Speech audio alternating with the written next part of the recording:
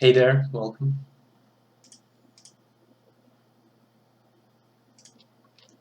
Just gonna post everywhere that I'm streaming and I'll get back to the painting and stuff.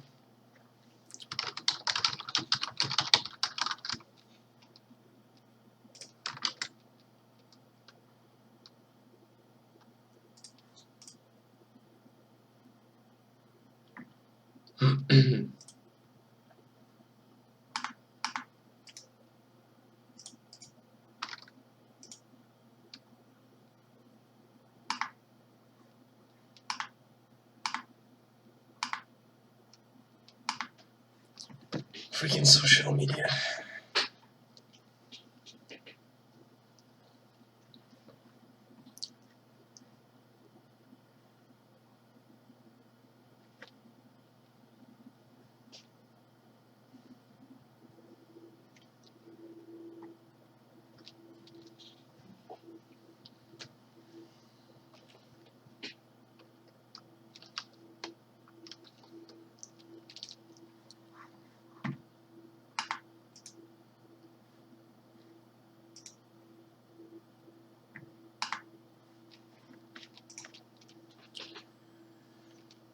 Okay, I guess I'll start with something.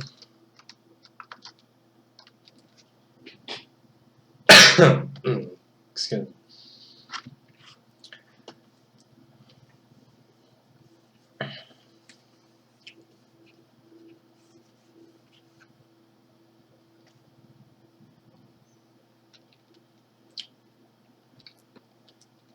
So this one I'm thinking is gonna be some kind of landscape or environment because I haven't done any of that. Hopefully it's gonna work out fast because it's usually gonna take a while to do like a full landscape than just like one character or something.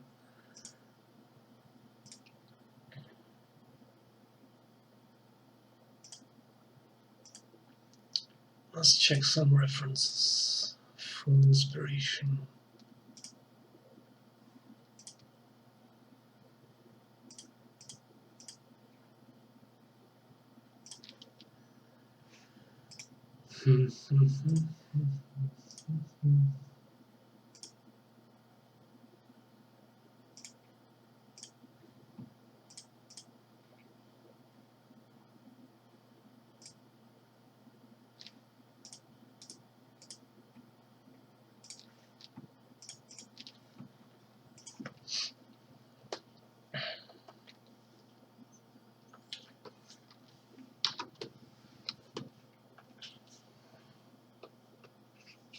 I guess I'll just start with something generic looking and then I'll see if it goes into if it starts looking cool. And then I'll go from there.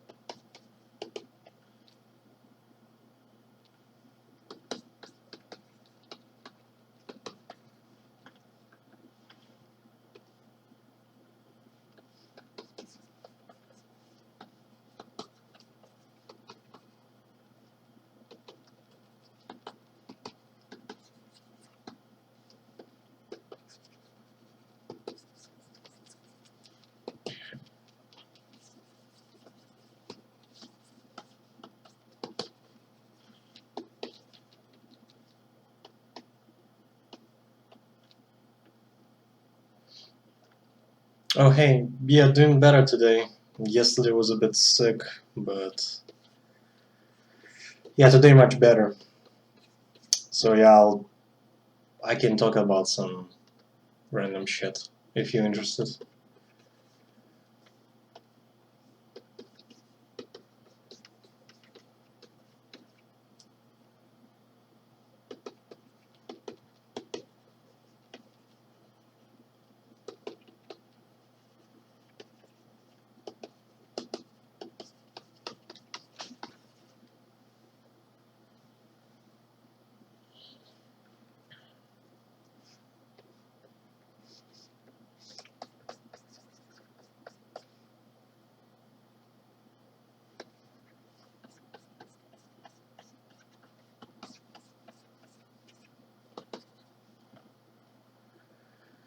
Okay, so just trying to get some values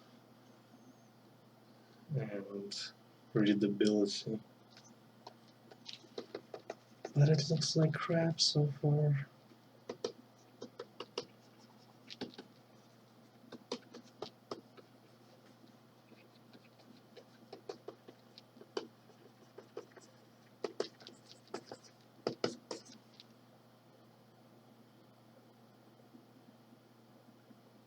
Oh, thanks.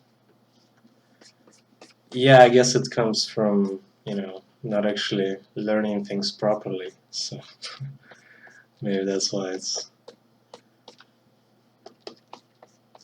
failure is always unique.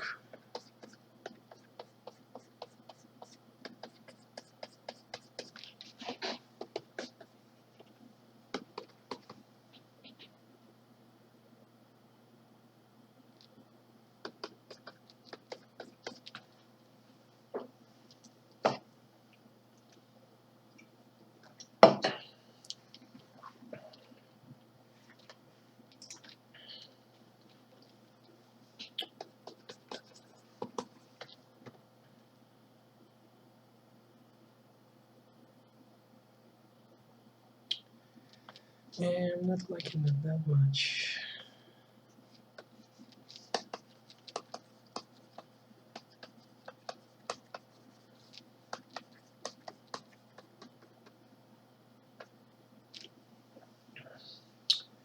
Yeah, there's definitely like this, in the industry, concept art tends to have like a similar look to the same kind of, everybody does environments in the same way, everybody does. Oh, hey, Spectre. Sure, yeah, I'm doing better today. So yeah, in the industry, everything suffers from, because that's how they teach people to, like in all those colleges and art schools and whatever. That's how they teach them, and in the end, it's just they go out of school doing the same thing the same way. So since I didn't go to any school, I have no idea how people do it, or how people are being taught there.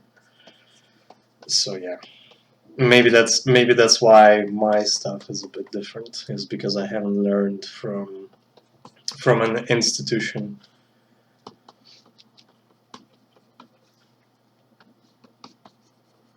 Which can be good, can be bad, I guess. I don't know.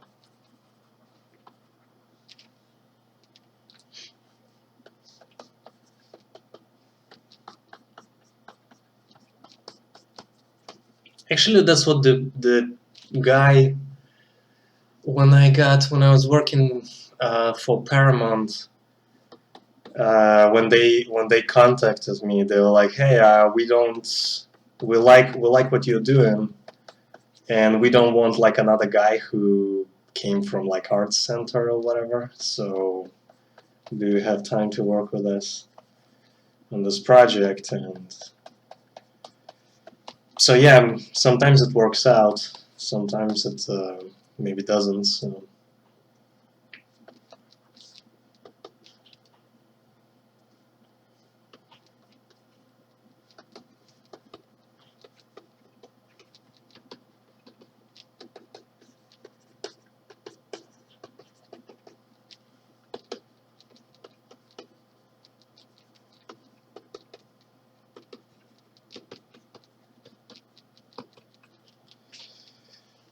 This is generic as fuck. Right. Yeah. Well, likes is.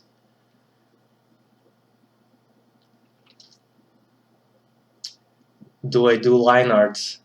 I mean, line art is important when you need something very specific, or rather, I'd say it's more important to do line art when you have a clear idea. So when you want the shapes and everything to be much more precise, then I would suggest, I am doing line art, and I would suggest for anybody else to do line art as well. If you have a clear idea, then you should try with line art first. Because when you paint like I'm doing now, just as with values and shit, it tends to be more vague, and you tend to experiment more. So when you're exploring, then no line art. If you're exploring and you're trying just to figure out, which way to go with the painting, then just paint. So yeah, and well, about the likes, I mean, yeah, anybody can generate likes and like a fan base, as long as you like keep doing that, keep doing the same thing. So I mean, there is like Sakimi-chan, right? So she makes like, I don't know, like $500,000 in a year just from Patreon. I mean, there's probably some fees and stuff, but she makes a lot, and it's all because of the fan base. So not to say that she's bad or anything. It's just that it's clearly not the same kind of work that somebody would be doing if they were working on, let's say, a big game or something. So you can always just keep putting out content, and content, and you will always get progressively more popular, and then you'll be able to do something on that. So as far as likes goes, it's a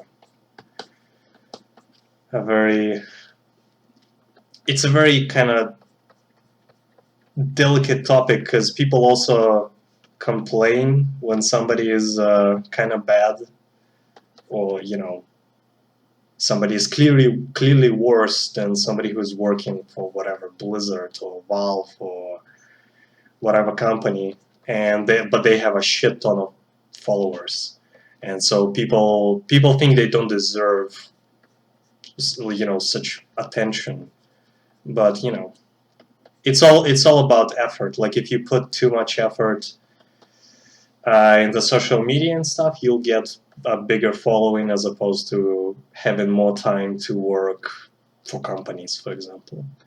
So it depends on how you balance it. Both ways can work. You can make money by doing client work for companies. You can make money by doing.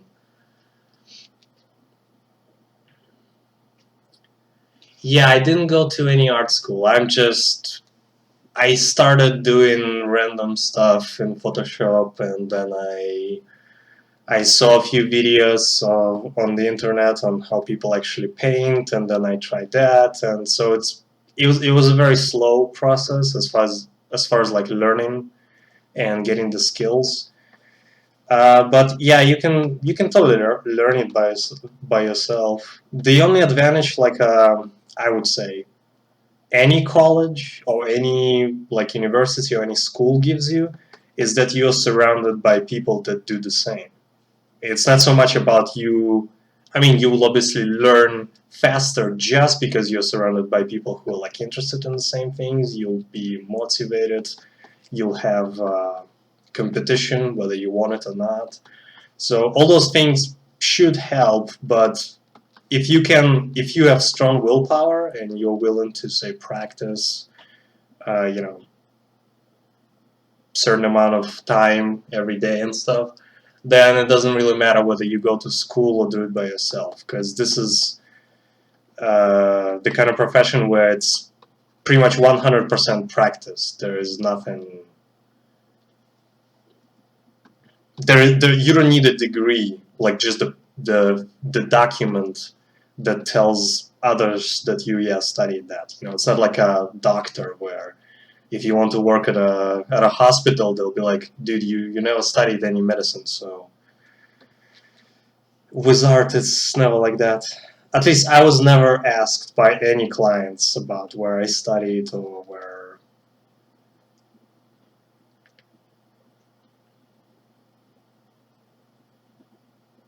Oh well, I don't know.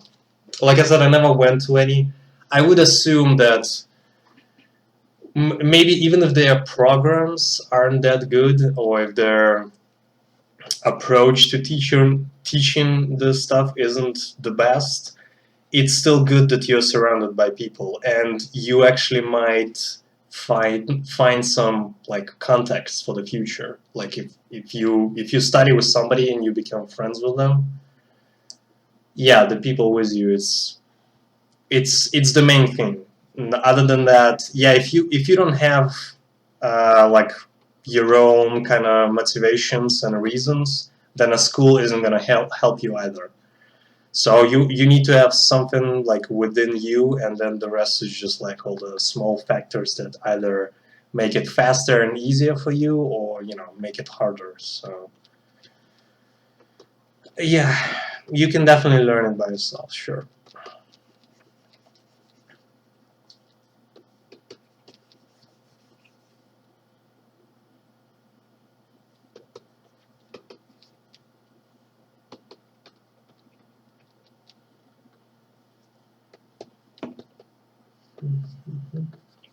Actually, one thing I wanted to talk about regarding art, it's a very small thing, but I never hear about it from, well, anywhere really. And it's not like the most important thing, but it's kind of like, oh hey, nice to see you here too. It's about, I'm not even sure how to call it properly. I'd call it something like the meta of art and design, and it basically it involves like how you present your art after it's already done. So, for example, let's say you work on something, right, like a painting, and it's, I don't know, let's say it's a dragon or something, and you want to upload it somewhere or to post it to your portfolio or to any social media or whatever, or just to show it, maybe to send to some clients to, you know, as part of a whatever application for a job.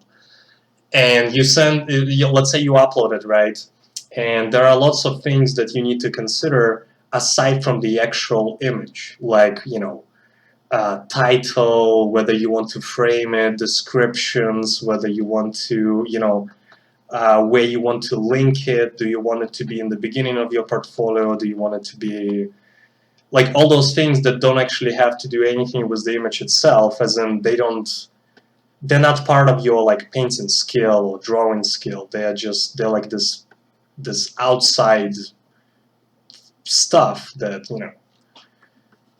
seems very minor, but it's actually kind of important because let's say you worked on some project, right, and you generated a bunch of art, and let's say you worked on some movie like whatever, Lord of the Rings, right, and then you want to post to your portfolio, to your website, all those images and all the concept and all the designs and art that you did, and because they're just like part of the project, you can't exactly name them by, you can't name them like the Shadow of Mordor, and it's like, about the Balrog or something like that. Like you will usually name them like Balrog concept art 02 or something like that. Because that's how it's in the project. You're usually not gonna have any kind of like titles. You're usually not gonna have. You will have. You will have like a logo from the project right on your image, which is something you can't control, and you will probably need to put in the description like copyright to this and that studio, whatever, and all of this stuff is affecting the way other people will see it and the way other clients might contact you. So obviously, if you work on a big project like Lord of the Rings, you will possibly get more attention from other people who want to hire you for the same kind of project. So they see that you worked on Lord of the Rings. They're like, okay, this guy knows how to work on big movies. Let's get him on a team, and let's get him to work on our project. But let's say you work on something that's not recognizable, like some small project. Or let's say you work on a personal project, and you also like do whatever, like a sketch, and you have no choice but to call it like a sketch for this and that. And this would actually be kind of worse than, say, having a proper title. Because let's say you paint a dragon, right, and you call it, whatever, The Flying Death, right? Which is like a proper title for painting. And then somebody who likes your painting, they might also remember it because of the title, as opposed to if it was called something like, Dragon Concept Art 02 or whatever. Something like that. So those are the kind of things you need to pay attention when you are doing personal versus like client work, because a lot of mistakes people do in this kind of thing is they just, even if it's something personal, but they kind of want it to look like it could be a professional kind of thing, and they do like a speed painting of a landscape or something, and they call it like landscape concept 14 or whatever, and it doesn't make any sense because it's not actually a concept for anything. Now it could be, but since it's not, there is no point in calling that, because there is only a point in doing that when you are sure that the franchise that you worked on is actually going to be recognized. Because if it's not, then it's actually worse. When people see that kind of title and people read it, but they don't have any context to connect it with, it's actually worse having those kind of like titles. So like don't go around calling things like, concept art 1 or 2, if even if it's like something random. Right, yeah. Well, that's another thing is, well, imagine two like parallel universes where one image you call just a random, or even like whatever untitled, because I've been doing that for a while too. Like you call one image untitled something, and then yes, the Photoshop. Well, the point is, after you save it, you need to actually take some time and figure out what you want to call your art. Just because if you don't care, then others are probably not going to care either. So it's all up to you. If you start caring, then others will care too. Actually, I can give you an example from my own art. Is this image? I called it Unimmortales, which was like a Blizzard contest entry for Diablo 3 or something like that. Yeah, for Diablo 3, the Reaper of Souls, whatever it was. Anyway, it didn't win anything, but when I first uploaded it, I named it some stupid shit like Diablo 3 contest entry. For a while, I had it like that, and then it was like not doing really well as far as people weren't really liking it or anything like that. And then I changed the name to like this weird. The name is kind of random. I mean, I don't think it's like has any Latin in there, like proper Latin. But I changed that, and I did notice that people were like, "Oh, like." Some people were even saying like, "Oh, cool name too," and because it kind of stands out as opposed to something like Blizzard contest entry or whatever. So it does make some difference. I mean, obviously, a title is not going to be more important than the actual image, but if you're proud of something and if you want others to kind of feel that you put some work into it, don't name your art just by random stuff. Just give it a proper name. It's very overlooked. Like titles are very overlooked because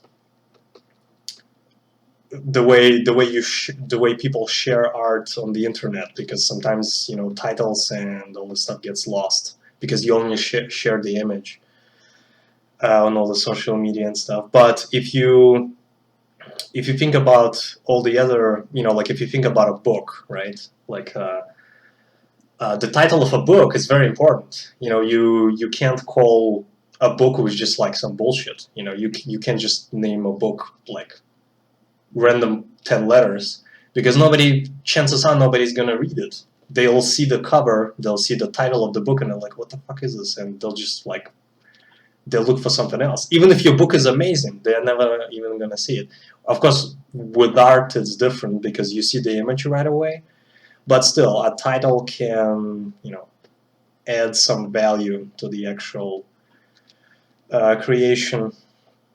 So you always name your art proper, with proper titles, and proper. Give proper descriptions. Well, descriptions are a bit less because people read them. People read descriptions like 5% of the time, I think, or something like that. Because I get questions, even if I link my brush set in like every image, people still give me like a dozen of comments like asking about where they can get my brush set and all the brushes that I use. But yeah, still like descriptions and everything you need, everything you feel like it's important, you should put there.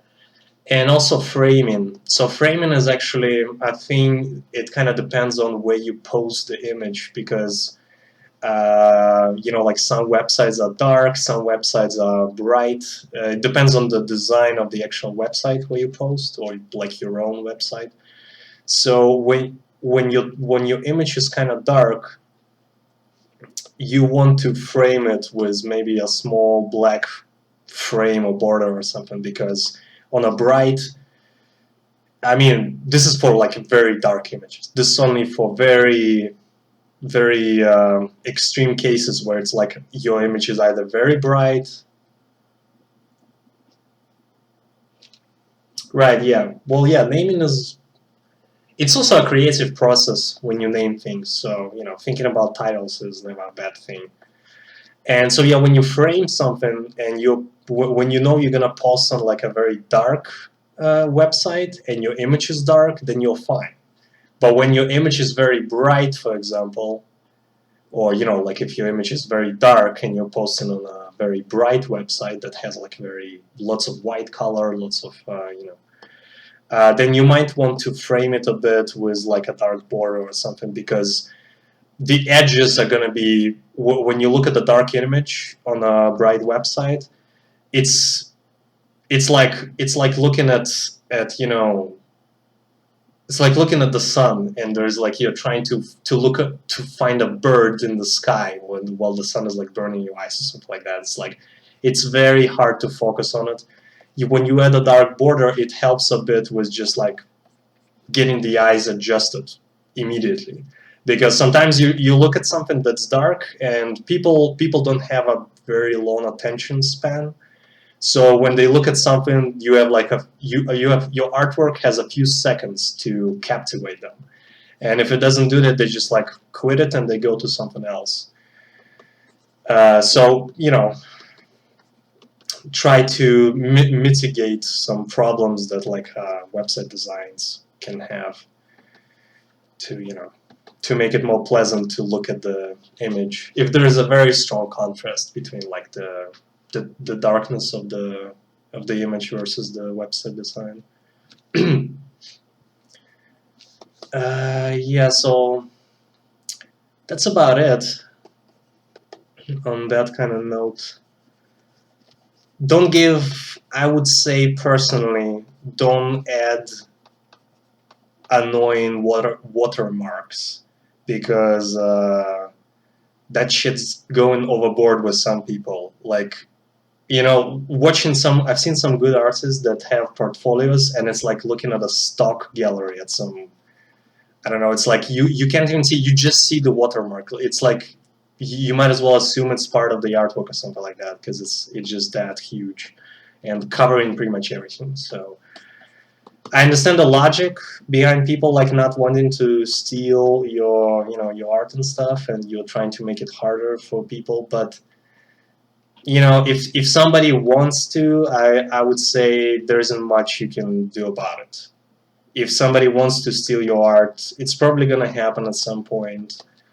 You know, there are some websites that you know, if you find somebody posting like your artwork and pretending that it's like yours, usually you can contact the websites and stuff, and you can just like link your original gallery and stuff, and like, you know, talk to the whatever admins, and they'll get the stuff banned. But other than that, I wouldn't say, you need to understand that people who do that, chances are they're not making money. There are maybe a few single account cases where they, you know, whatever, sell a couple of prints. They make like pocket change at most.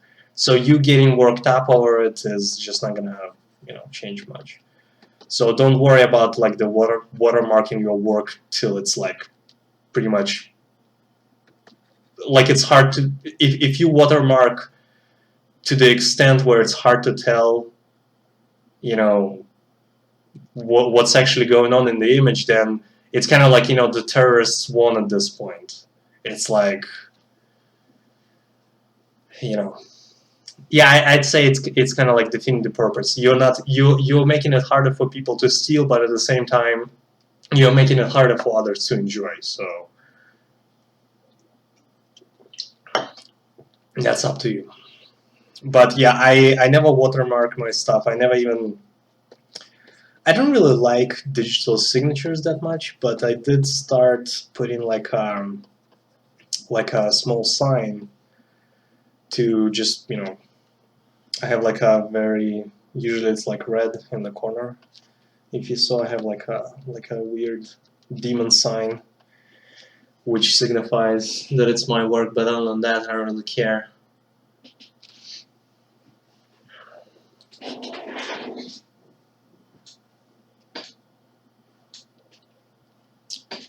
To explain how textured edges work, uh,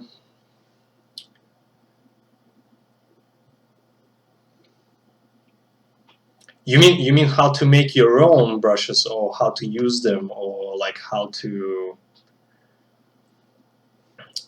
Well, I made only a few myself because I found. I mean, I'm using textured brushes, which one is this one, which I use quite a lot, and it all depends on the shape, I guess. So you have it's like this weird kind of shape.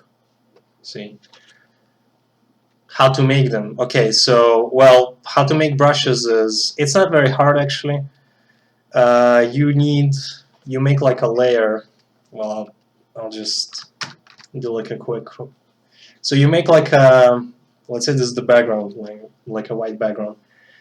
You get like a transparent layer, right?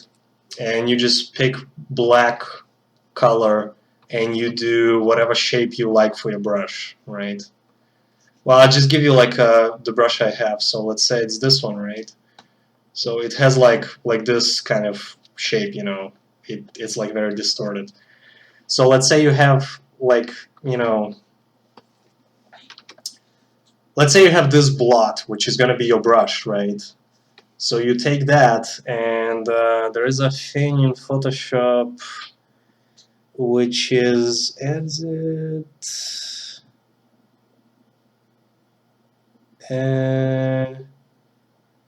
Fuck, it used to be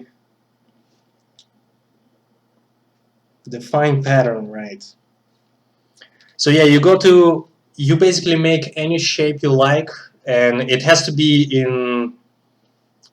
The more solid it is, the better it's gonna like. You can't make it half transparent.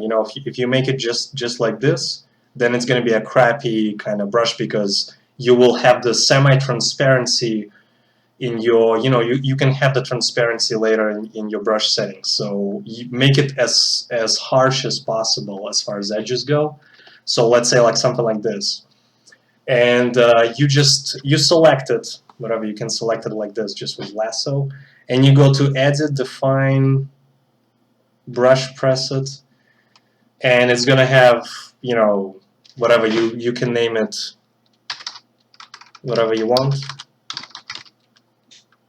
and that's it. And this is now part of this brush set. It's like here in the end. So you already have this brush, and you can. Now this is obviously crappy because it doesn't have any settings.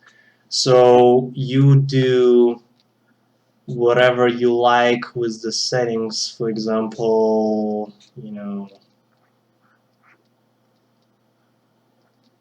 scale, pressure, whatever, and you just play around with you can get the dual brush. That's pretty crap. But basically, just the shape of it is, you can make it on any new layer, and it has to be transparent because otherwise you'll get like a whatever you selected. So yeah, you make a transparent layer with like this, and it's like it's your brush. For instance, like, just to show you. So you see, it's like this is the brush. And yeah, then you just go to edit and define brush preset after you selected it, and you'll have like this shape for the brush. And then it depends, you can go to, you can add some texture, like add texture, and then you can go here, and then you have like you know, you can load patterns or whatever textures you want. You can Google for like if you wanted, for example, like if you want blood splatters or something, you can Google for like splatters or like you know, any kind of texture you want, and then you just load it here, and then you have like this texture, and then you can apply that. So you're gonna have that. See, so yeah, this is basically, you know, what you get. So this is as far as like making new brushes. It's not that complicated. If you want, but this is like for textured brushes. See, the hardest brushes to make are actually the ones that have like definition. So like, for example, well, maybe not the hardest to make, but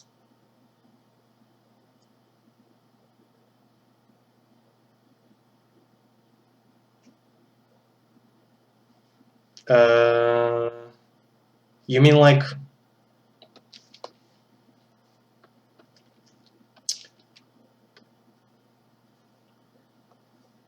you mean so it goes in the same direction? This is basically made by here in this thing. It says direction around the angle. So this is why when you have direction selected, it will basically follow your brushes. You know, like from the starting point to which direction you take, it will just lead it towards that. It's sort of like actually a tablet feature more than the Photoshop one, because you know it basically tracks your pen. Uh, most tablets will do that. So, and Photoshop is gonna, you know, do that with them. So yeah, you just use here in the settings is shape dynamics, and then you go into angle, jitter, and shit. You go direction, and it should follow the same direction whatever you drag the, you know, like this. So yeah, just play around with the settings, and I'm sure you'll find out how to do that. By the way, I can link you my brush set if you want to check whatever brushes I have. It's somewhere in public. Hold on, I'll give you a link in chat. Brushes, brushes, brushes.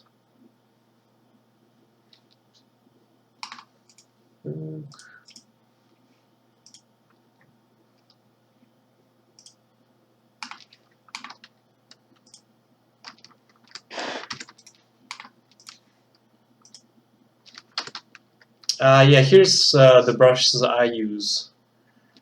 They're actually quite old, but yeah, it's like a brush collection, and there's a bunch of brushes from different artists as well that I found useful. So you can use it, or you can, you know, check out the settings on some brushes if you're interested, and maybe you can make your own out of that or something. That's, you know, up to you.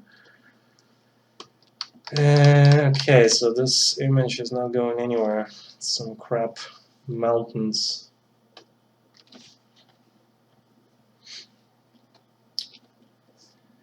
Right, right.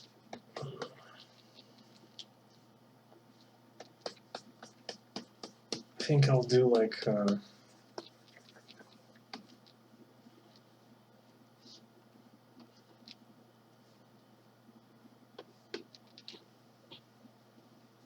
oh sure, no problem.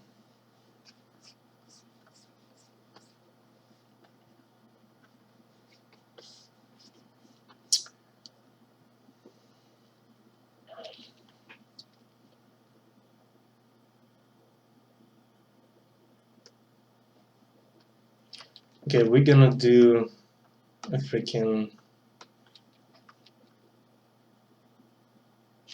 castle maybe or something.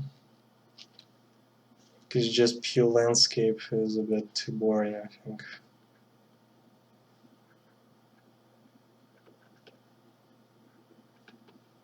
So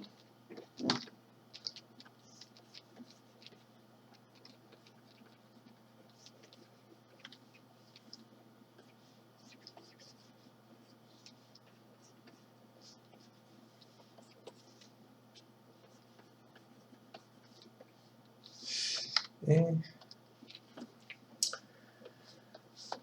Man, I kinda should like do some research before jumping into this streaming stuff because I have no idea what to paint. I'll just do what I know, which is gonna be like a hell landscape with fire and shit.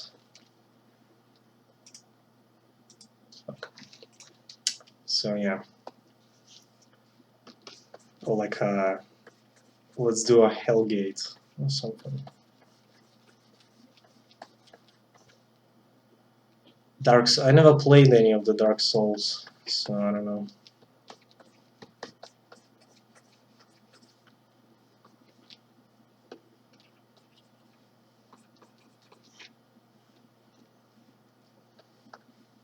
I mean, they look cool, I guess.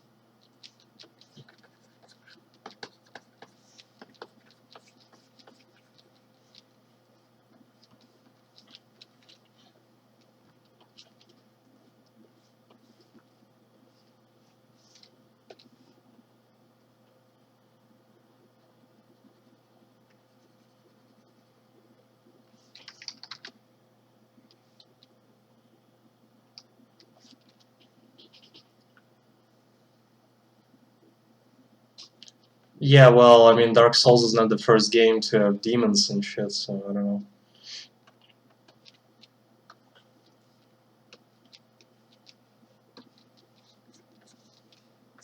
But yeah, I never played it. I've seen some designs of it and stuff, as in like like screenshots and whatever. But yeah, I never played it.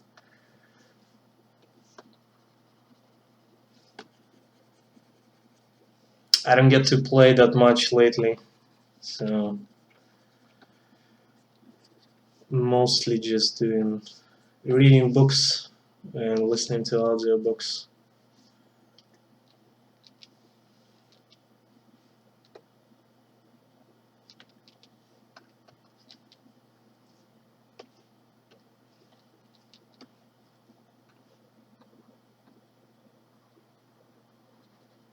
Some people walking towards the Hellgate or something.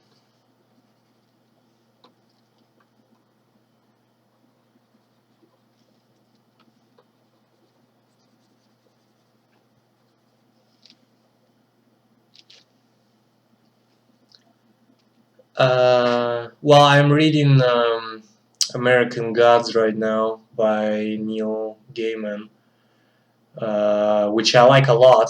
I'm like halfway through, and I read a bunch of Stephen King. I read a bunch of well, I read the J.K. Rowling, the Harry Potter stuff. I read well, I've read, not reading it currently. I liked.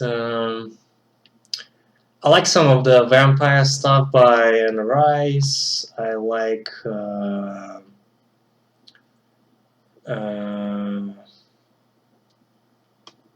what else am I reading? Well, I mean, I've read some. I've read the Lovecraft stories before. Uh, that sort of thing. Not that much into sci-fi at the moment, because most of my work is fantasy. But I did read a bunch of like I Am Legend and all that shit, Asimov books, Dune. But yeah, gonna read after I'm done with American Gods. I was planning to read that book. Fuck, what's it called? It's like about. Oh fuck. Hold on a sec. I'll show you actually. Well, not show you, but I'll look it up. There was a book called A Natural History of Hell, which I was very interested in. Apparently, it's a bunch of short stories, but I've looked through some previews and I kind of want to read that. And yeah, I like that sort of thing. Nothing fancy, nothing like, you know, unusual, I'd say. So just reading whatever.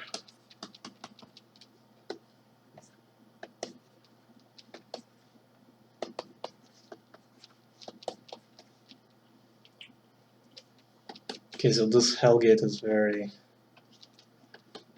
unimportant looking.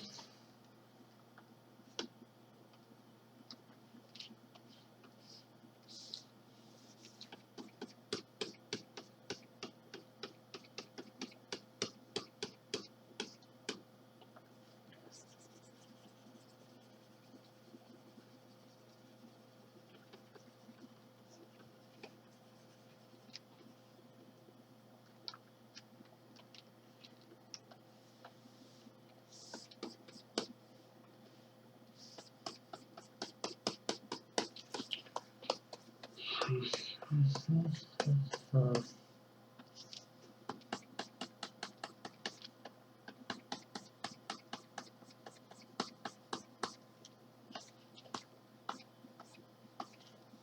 right.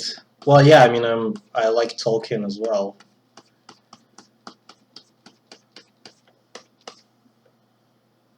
So sure. I never read the Game of Thrones, well, the Son of Fire and Ice books, to be honest, of Ice and Fire, whichever way. People get upset when you say their own way, apparently. But yeah, I never got to it because I first discovered it through the TV show, and then I was like, I don't feel like rereading the whole thing. So yeah, just waiting on the next season of Game of Thrones.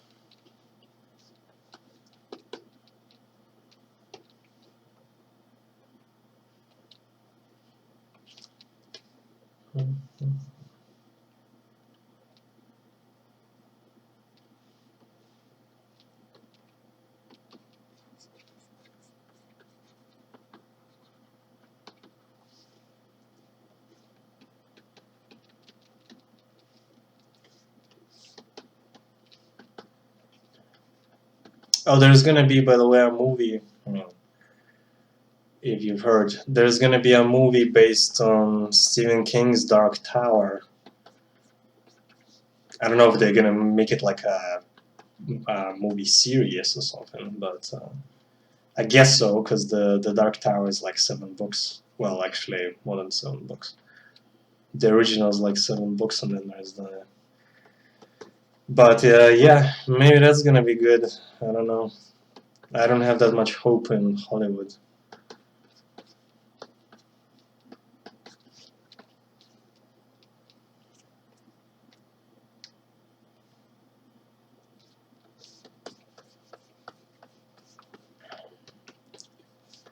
But I have my fingers crossed for this one, I suppose.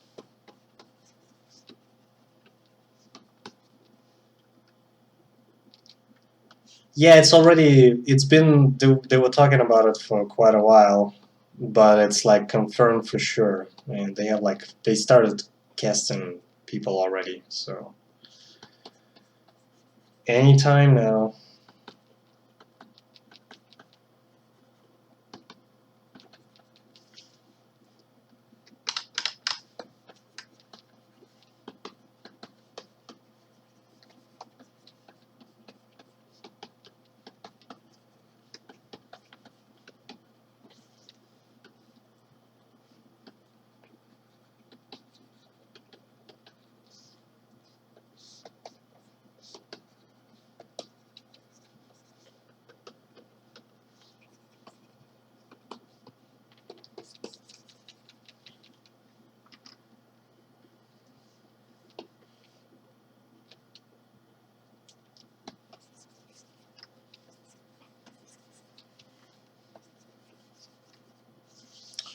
Fuck that.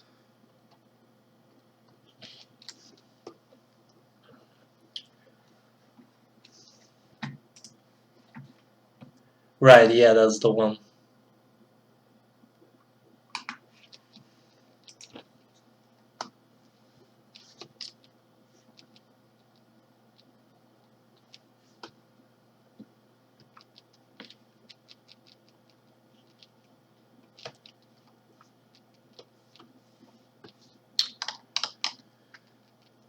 Okay, fuck this Hellgate. This shit isn't working.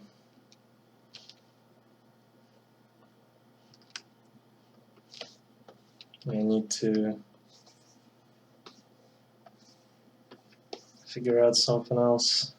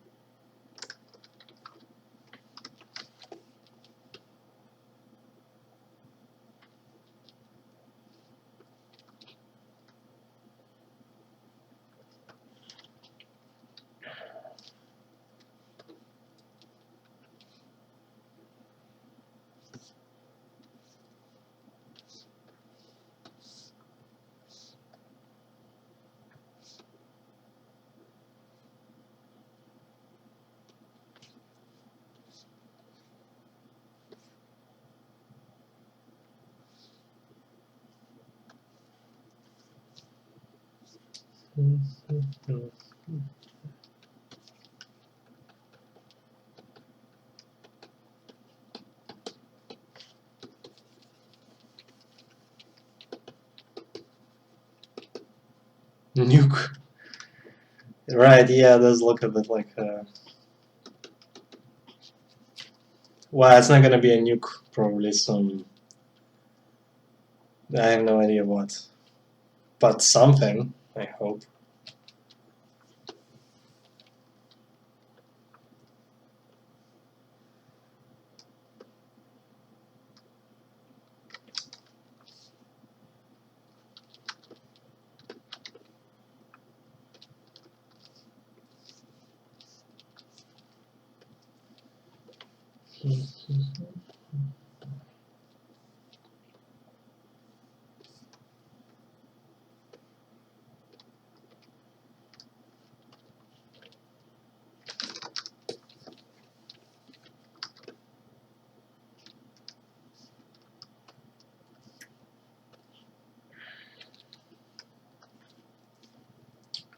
Okay.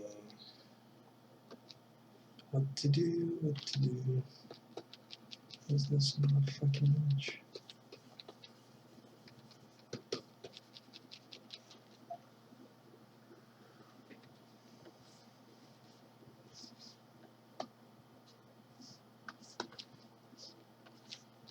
Let's take it even further and do like.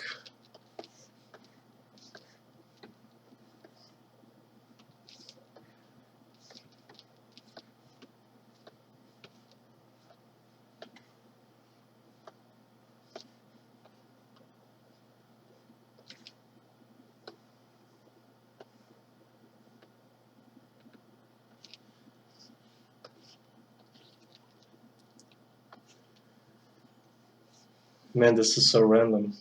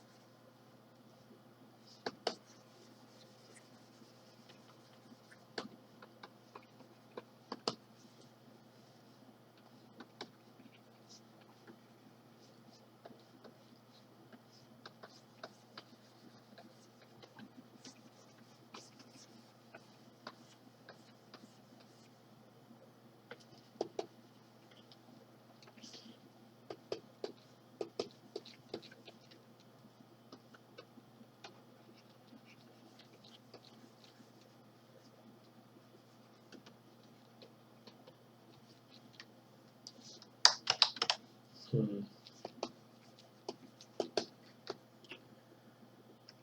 I have no idea what I'm doing. Because, you know, probably.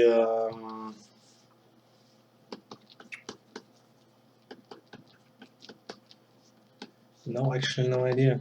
Just some random.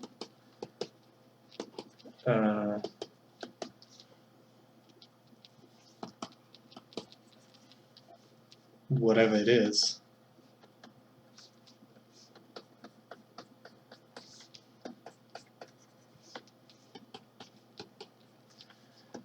I mean, if you have ideas for what this could be, I'm open to suggestions. I'm just right now.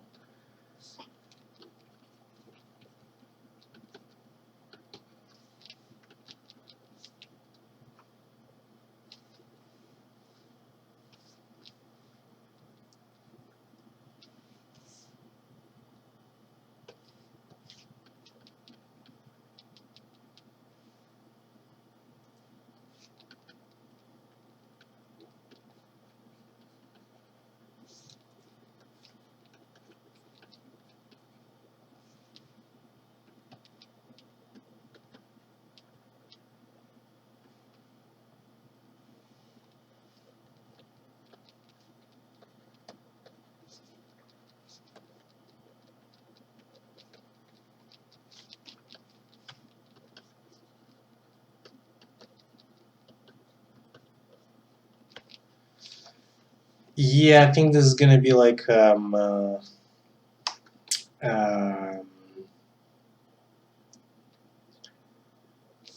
sort of like a totem or some shit. And those guys are gonna bring sacrifices to the whatever god this totem is supposed to signify. So yeah.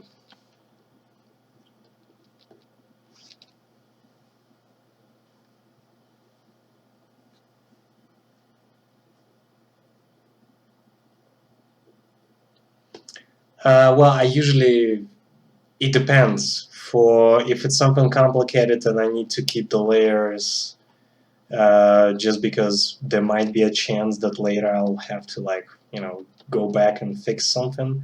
I do keep layers, but usually, I mean, in this case, I'm just exploring random things, so I'm not really keeping that many layers because it's probably at this stage it's probably faster to overpaint and start again than to just like go back to a layer and try to fix it. I mean, if I'll paint something that I like if I have like a shape that I like, or if I have any kind of effect or whatever that I like, I'll keep it on a layer. But other than that, I usually keep it as minimal as possible as far as layers go. I don't like management in my art, as you probably noticed. So I like to do things like from instinct and on impulse.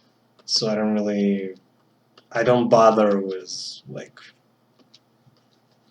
you know keeping things and organizing things and none of that shit.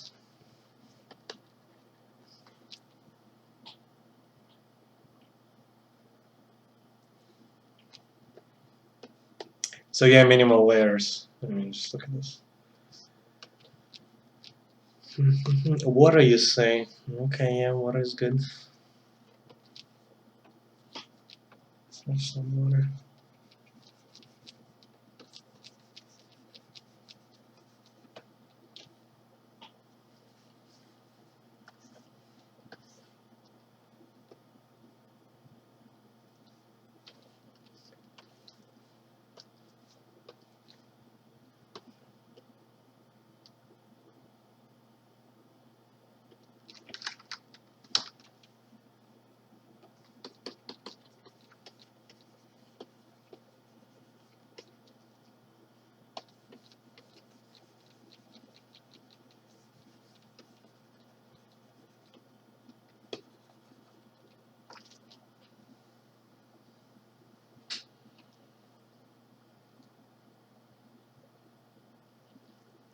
Other software.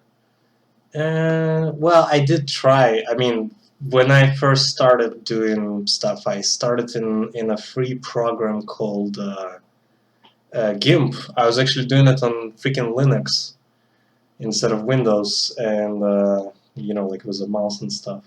But it's very similar to Photoshop, so it was easy to switch, and it has the same like layer stuff and whatever. So I switched to Photoshop, and afterwards I didn't really try. I did kind of learn a bit of 3D, 3D at some point. So I use 3ds Max a bit for, well, mostly for some client work and stuff, but not really for personal because it's not that fun, 3D. But yeah, aside from that, I just never really felt the need to switch away from Photoshop. So, mostly I'm like doing Photoshop stuff because I know the software.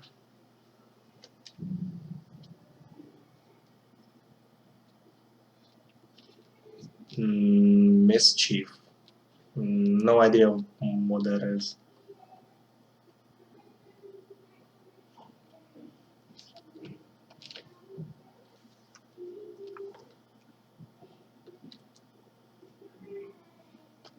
Oh yeah, yeah, I did try a little bit of Coral Painter as well, but at that point I already was using Photoshop for a while, so I wasn't really, I never really got into it.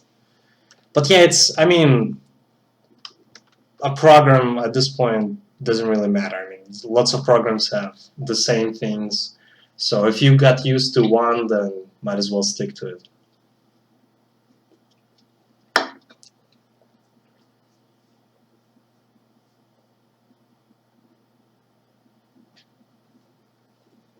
Hmm.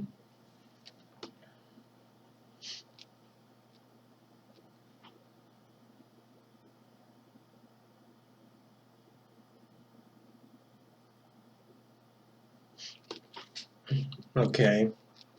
Well, sounds interesting, I guess.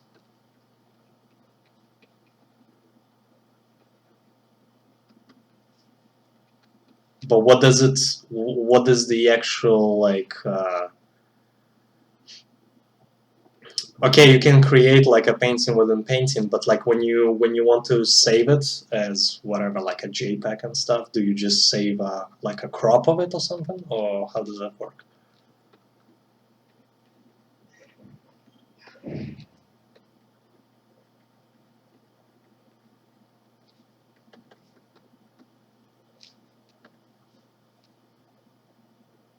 Oh, right. Okay.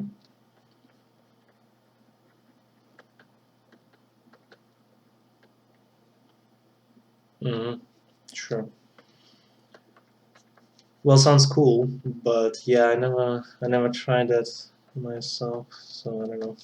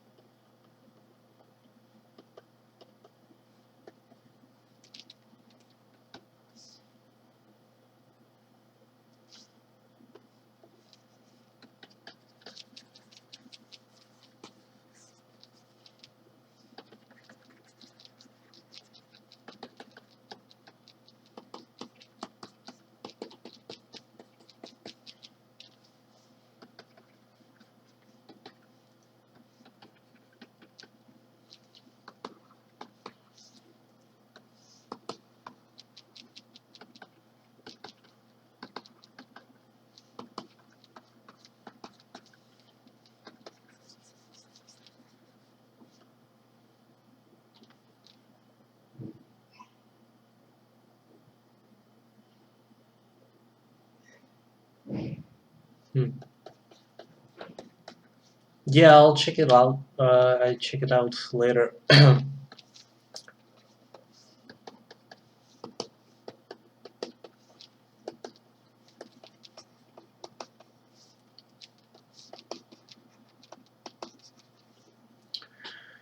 Okay, so this is looking like something at least. Maybe this is gonna go into. I guess I still kept those dudes walking or whatever they're doing.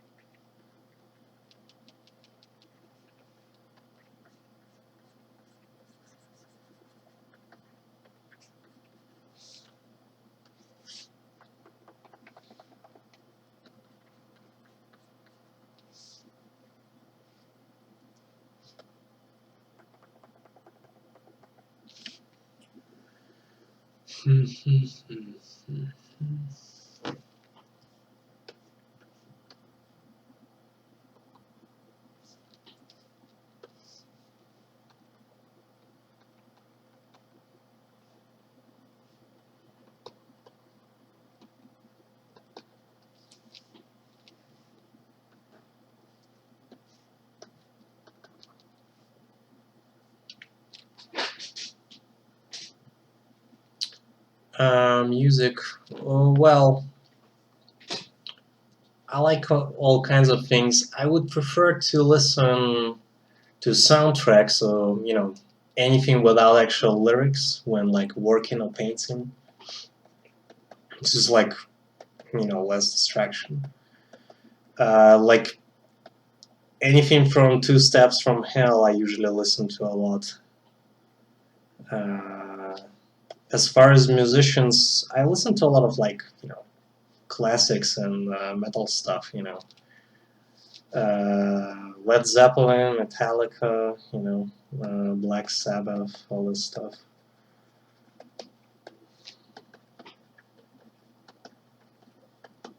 But yes, when working, probably best to go with like some soundtracks. Movie soundtracks, game soundtracks, they usually have very good composers nowadays. So if you're into some game, you can get the soundtrack from it, and it should be fine. I don't know how the soundtrack from Dark Souls is, but you can try that one, I guess, if you. Oh, there was another one. But yeah, soundtracks from games. I like. I would probably recommend to you Diablo 2 soundtracks if you want to listen. You can probably Google them or just look them up on YouTube. They have like Diablo 2 soundtracks are very like get under your skin.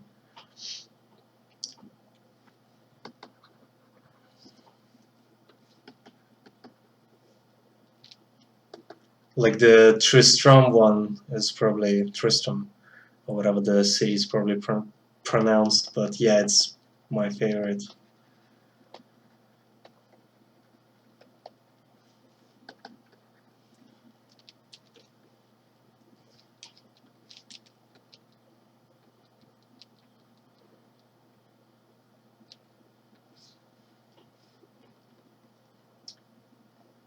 There is a great game, a very old game. if you're looking for soundtracks, it's called Disciples 2, which it's sort of like a turn-based strategy in very similar, well, a bit different, but similar to Heroes of Might and Magic, and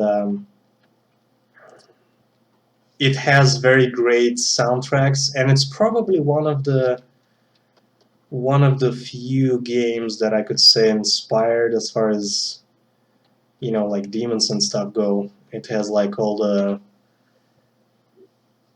it has actually, the way the gameplay works is that it's all 2D because the game is pretty old, but it has like every monster that you have in your, that you can have in your army, it has like a pre-rendered kind of 3D model, and they have like those kind of portraits, which they're very cool. They're very stylistic. So if you wanna check out Disciples 2.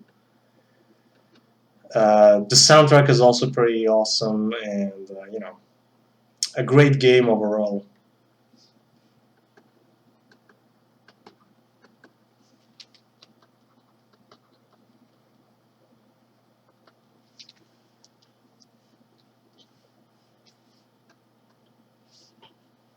Okay, let's set just a bit of color.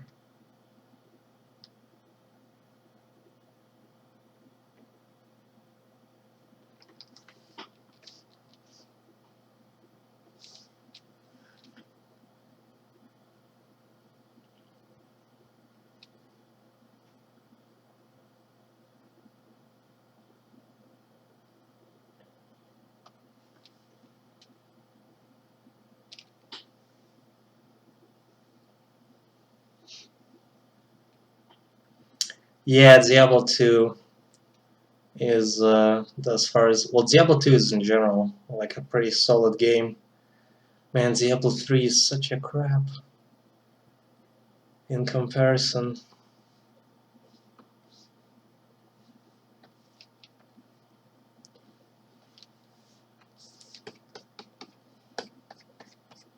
I probably shouldn't say that because I have some friends who worked on that crap game, but you know.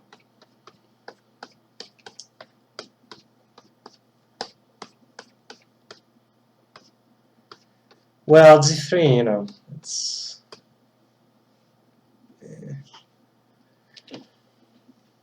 it could be fun. Z3 is very,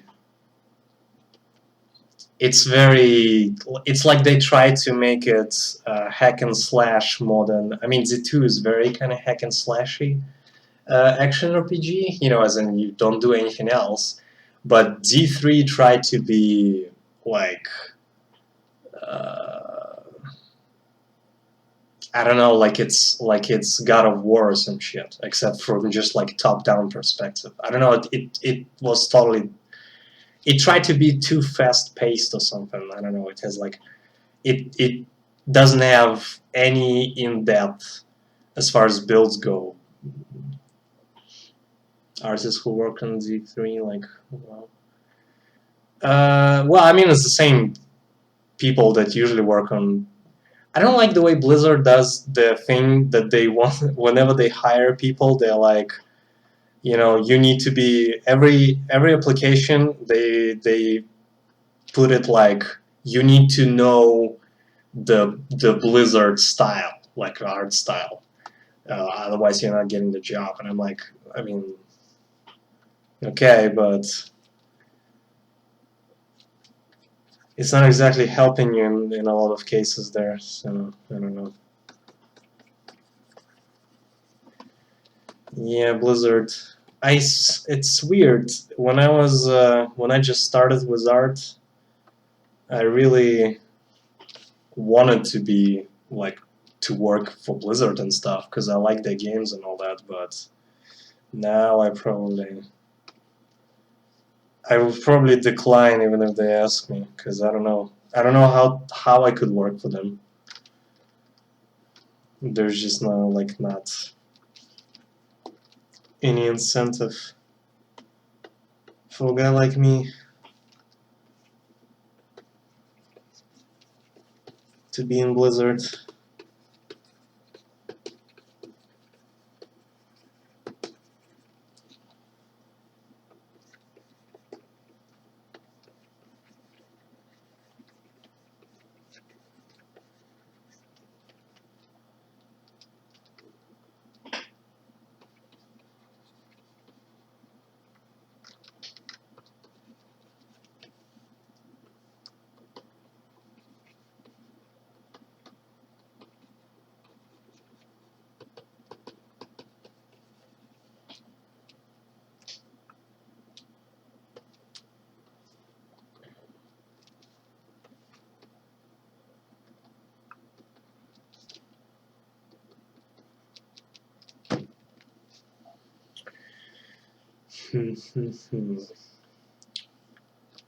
Okay, so what is this fucking tower exactly? Just what is it?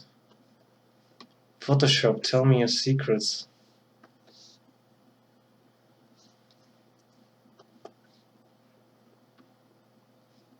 It's like, what the fuck?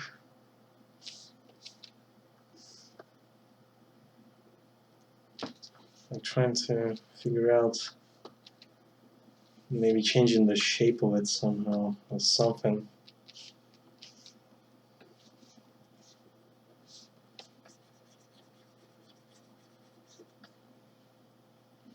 It looks weird, but you know, that's about, or yes, but that's about the only thing it does, because I have no idea what it actually can be.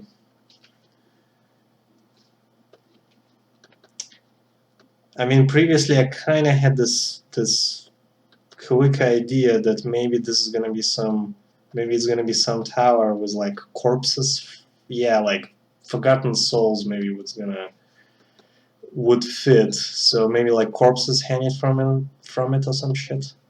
And then those guys that are walking towards it are like, I don't know, some priests or I don't know. So we have like some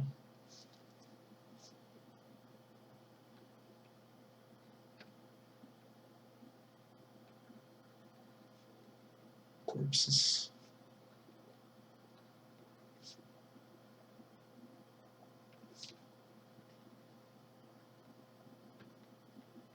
Possibly. I don't know who puts the corpses up there, and well, you know, as far as the concept of it goes, it's all very vague.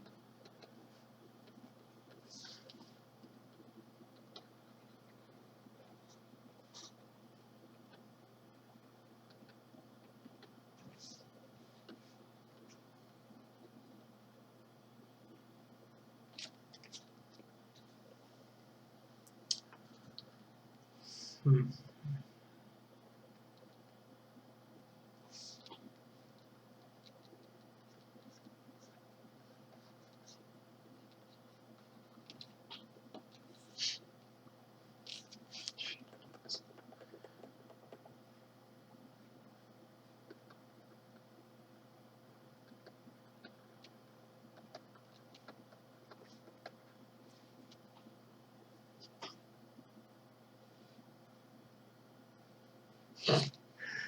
Right.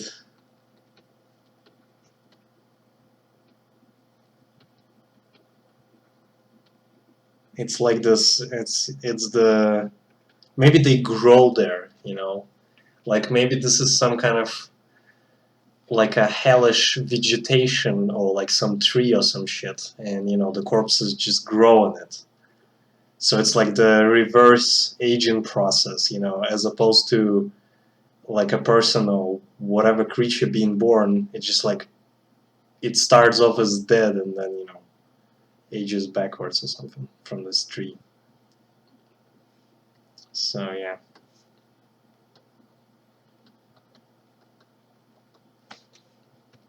it could be a thing.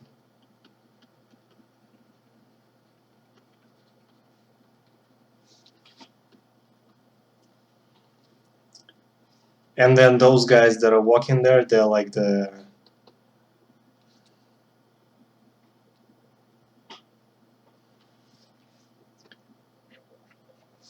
Yeah, like a necro.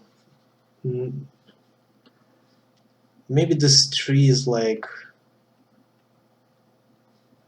Well, okay, it is since I'm calling it a tree, it's gonna be some fucked up tree, I guess. So yes, we accepted that idea. It's a tree now. So yes, this tree.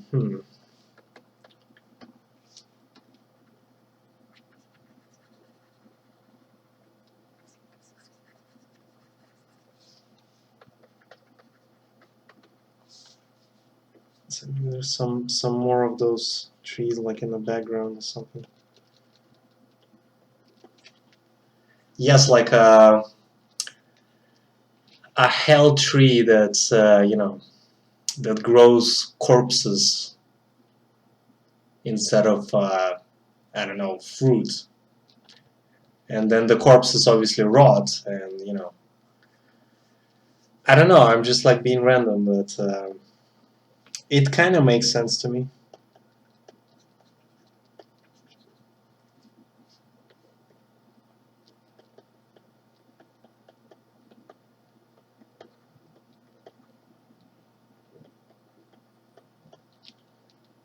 So yeah.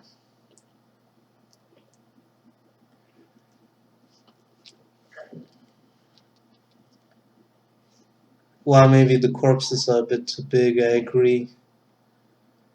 I mean, I don't think it's gigantic, but it is a few stories big. So you know.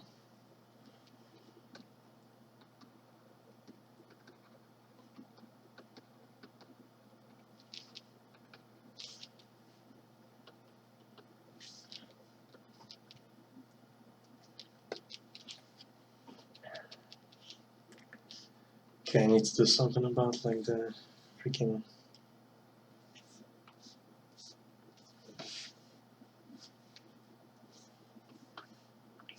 what the shit.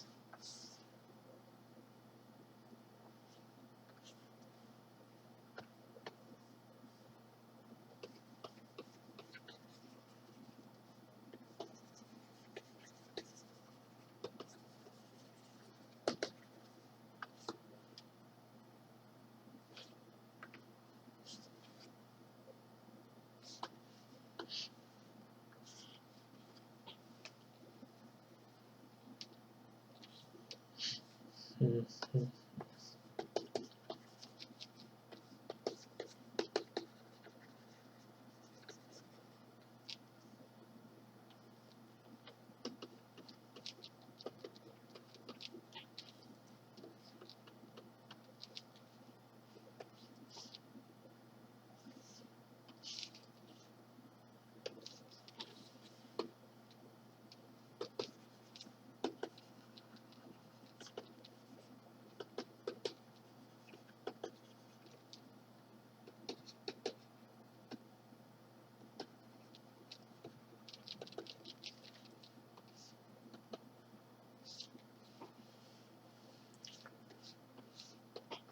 The fucking tree.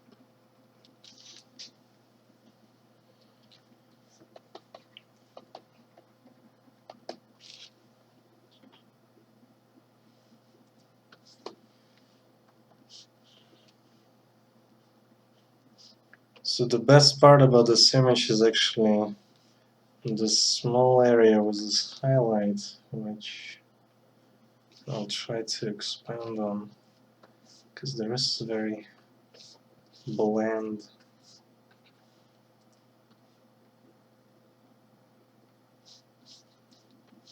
I don't have like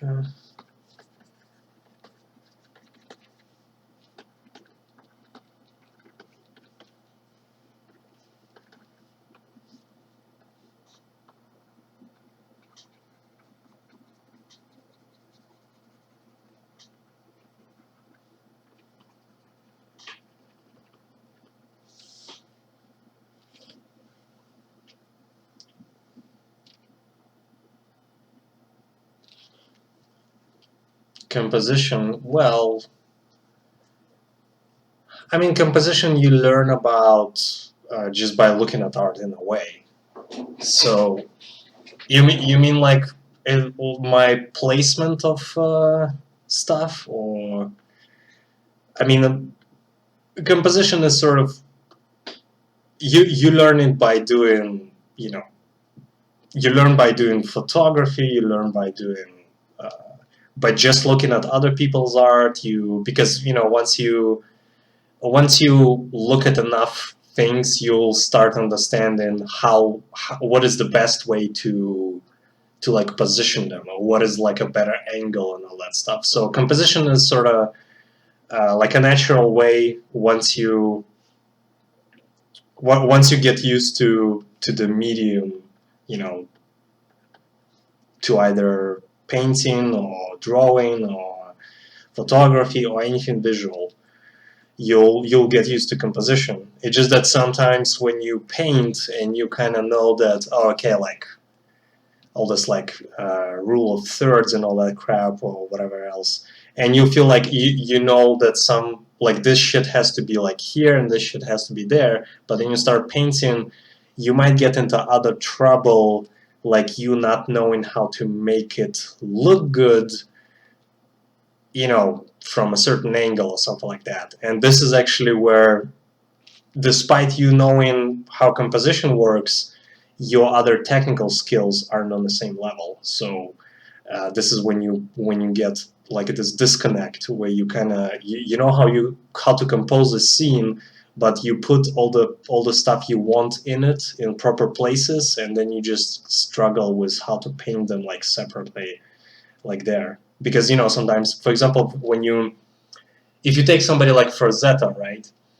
Frazetta has very kind of that's why whenever I do cover art, I usually look for Frazetta for inspiration, because he has like those central kind of compositions where a character or the main focal point is very central, and the light is very kind of like spotlight and all that stuff. And you look at that, but then the same kind of thing is not going to work in a wide landscape kind of painting, because it's not going to work. So if you do a lot of the same thing and you know why and how it works, then applying the same rule doesn't always work, in a different one. So it's like I'd say it's important to look at art that's not the same, like a lot of variety of art, a lot of ratios, a lot of different, different uses of art. Like if you want to do cover art, don't just look at cover art. Look at other stuff as well. It's going to help you in some ways for sure. So yeah, composition is only trouble when it's over specialized. When you know how to compose a thing in what the fuck? When you know how to compose a thing in a single specific way, and then you need to do it from an angle or whatever, and then that doesn't work already. So that's why a lot of artists also, when you look at some galleries, like a lot of artists who do, let's say, trading card games, like look at something like Legend of the Cryptids, or and they do like characters, and you look at all those cards and they look the same. I mean, they have different designs in there, but it's like the same fucking thing. It's like this, like poses are marginally the same, the way the character stands is about the same, because it's like the same kind of thing that you have to do. And if you do it way too much in the same way, then you just like stuck with that. So yeah, man, those trading card games, they're like, I remember going through some artist's portfolio, and it was his latest work was just only like like 20 images for the same trading card game.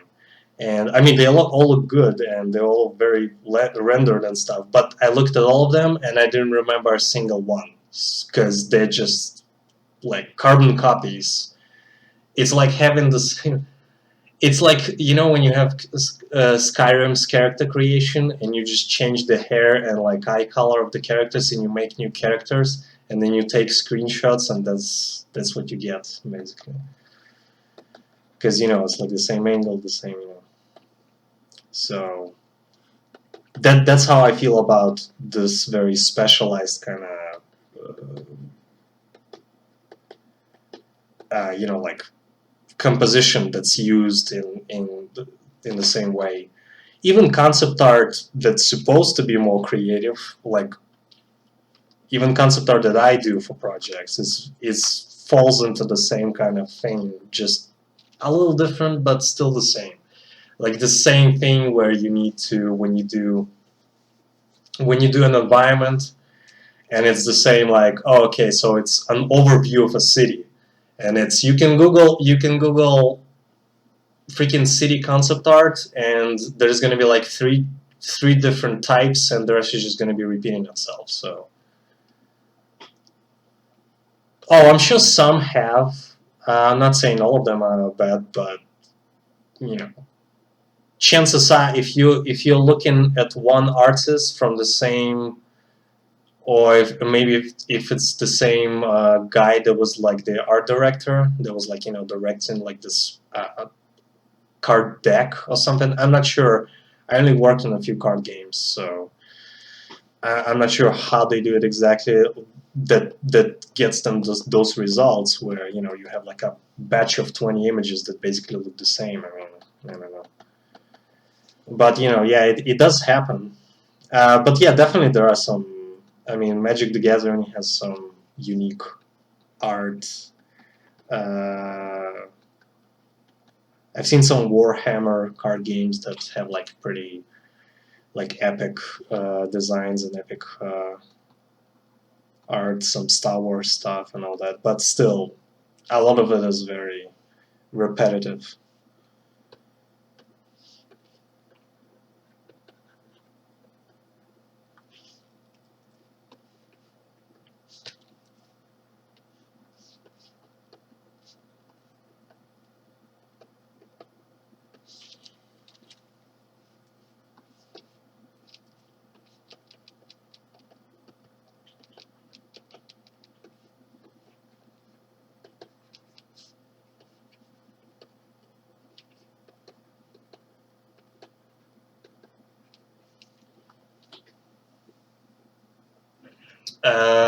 The strategy one, like the oldish one. Yeah, I played the strategy one where you have like, you know, all the races and shit. They have like this online thing. I'm not sure what that one's called, but I haven't played that one. But yeah, the strategy. I like the Warhammer universe quite a lot, actually. Blizzard shamelessly ripped it off, so I don't know.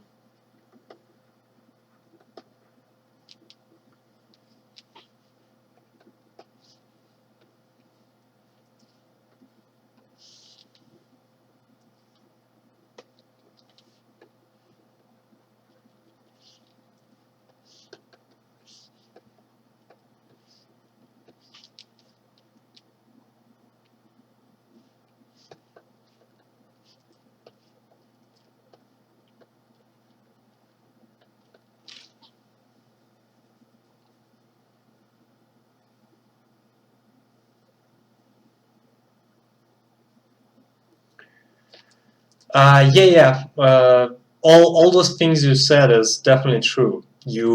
It's much easier to be doing it within some kind of like already accepted form.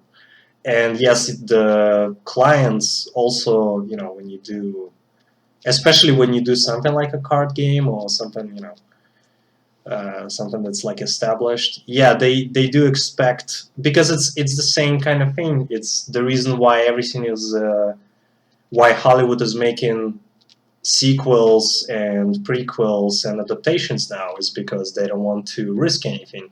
And so you also do card games in same way that you've been doing them, since the dawn of time, because you don't want to do like a very kind of freaking art house card game where you hire illustrators that you pay them, I don't know, like 1,000 per illustration or some shit. I mean, I doubt that even, but yeah, clients don't want, even when clients, some like separate people, like even if some writer who has money and he contacts an artist and he says, okay, I want like a cool cover, like a very unique cover, and I like your style, so let's do this, and I want a dragon. He tells the artist all those things, but he doesn't actually want you to do something that's so different that it's like nobody will even like recognize it. Obviously, he wants you to rely on some things that are done in in art nowadays, just so it's not too different. It should be just like unique enough, but not too different. So it's this like balance that everybody's looking for, which you can like it or not, but that's why you're never gonna get like you're never gonna get a very highly right. Well, art directors in most cases they're not dudes that, I mean, you can get an art director who's 50 years old, and I mean, what are you gonna do? I mean, the guy was doing art maybe like 20 years ago, so he's not gonna be up to date with all the things. It's like I worked for Hollywood and on a few projects, and it's like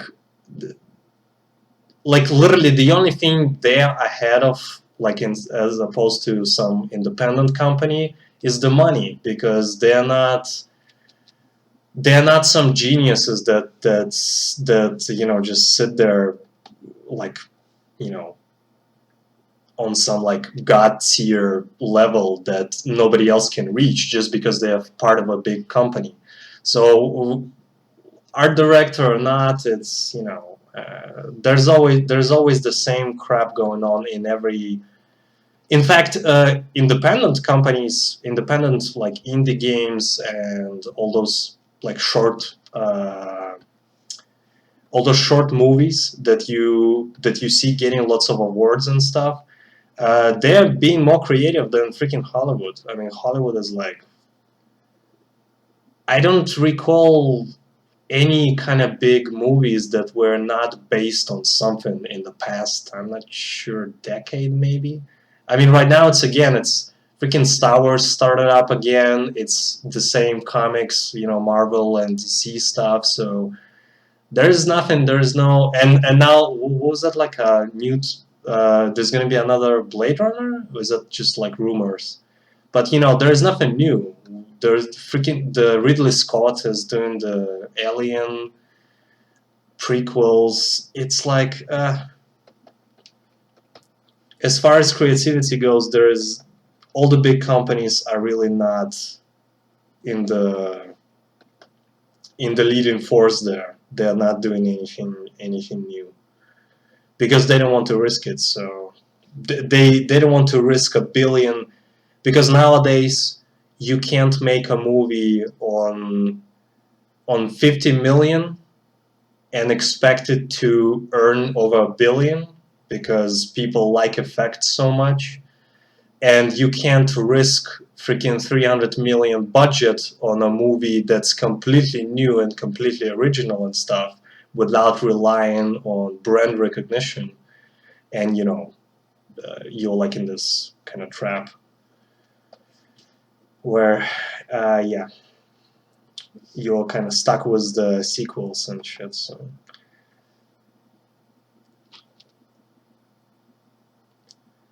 right, I guess.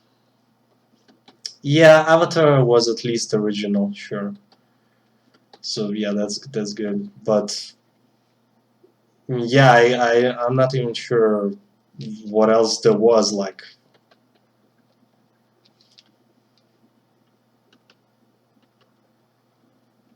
It's like expecting something like a new Star Wars, as in a new franchise that's gonna explode. Like it's very unlikely now.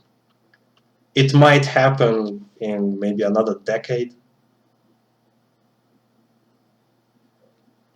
Right. I mean, Avatar definitely had like similarities with a lot of other stuff, and there were a bunch of reviews that that point out similarities and all that. But at the very least, it's not a brand. It's not like, oh, we had Star Wars before, now we're gonna do Star Wars again just because. So at least it wasn't that. So I can appreciate Avatar for at least this kind of angle.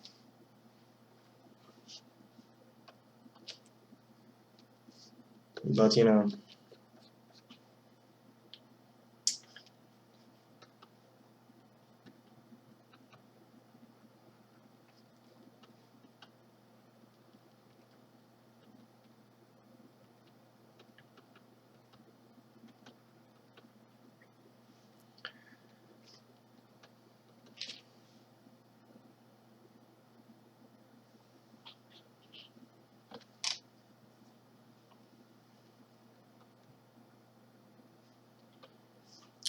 Yeah, Avatar wasn't part of anything. It wasn't based on any kind of popular book either, which is a thing nowadays. It wasn't like a comic book. It wasn't anything like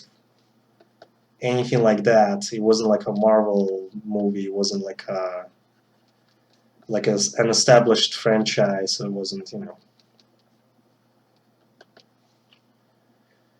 So that was the plus. But other than Avatar, I don't think there was anything like that. Yeah, the Tree of Grown Corpses. Now there is this movie though. Fuck, what's it called? Valerian, the one from the Luc Besson, the Fifth Element guy. And I'm not sure, to be honest. I mean, I've seen the trailer for it, and people are nerdgasming for some reason, but it looked a bit. I'm not sure if it's gonna be a hit, to be honest, because it's very retro, and I don't know if that's the kind of thing that's gonna make it popular nowadays.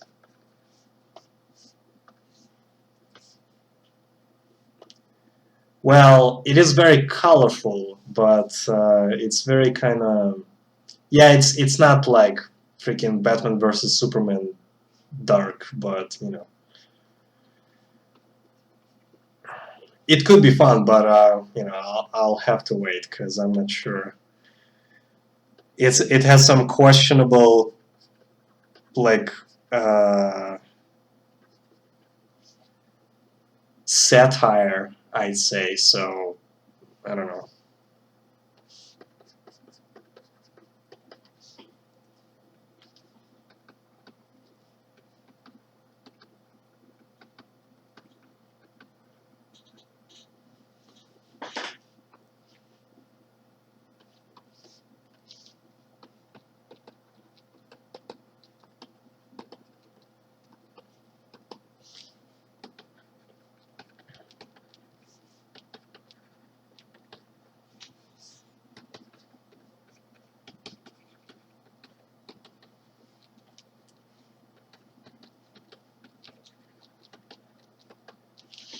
The main mystery in Hollywood right now is, why do Transformers still make money?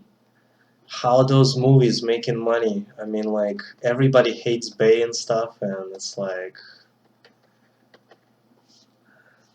because they, each and every single one of them consistently makes like $1 billion or something like that. So it's like nobody knows. It's like, what the fuck is this? Apparently, you can keep doing the same thing and expect good results. But yeah, Transformers is like this. It's like a paradox or something.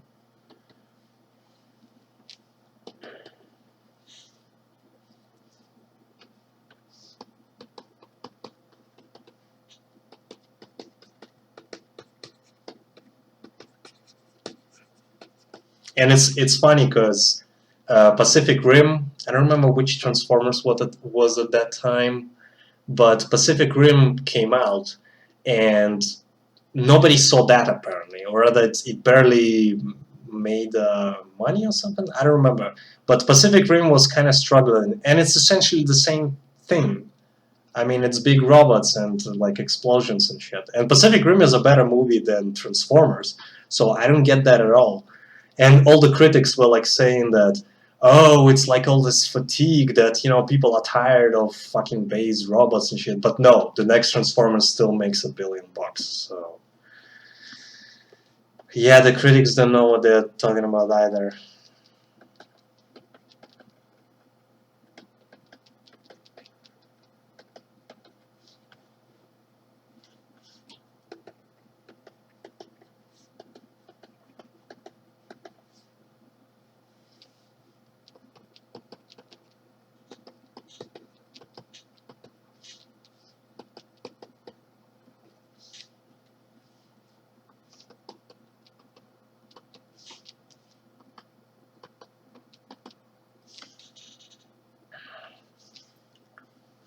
Some weird clouds.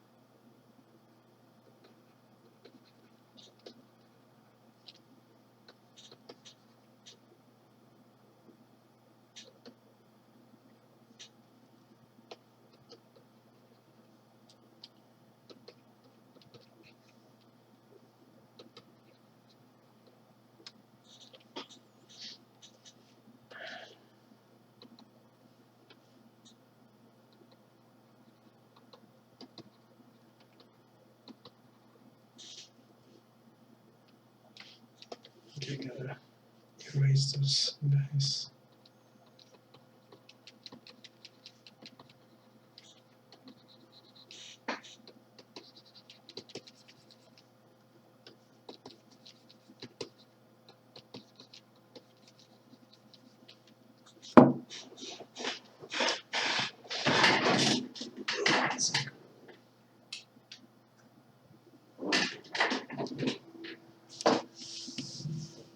Gonna get some water. 1 second.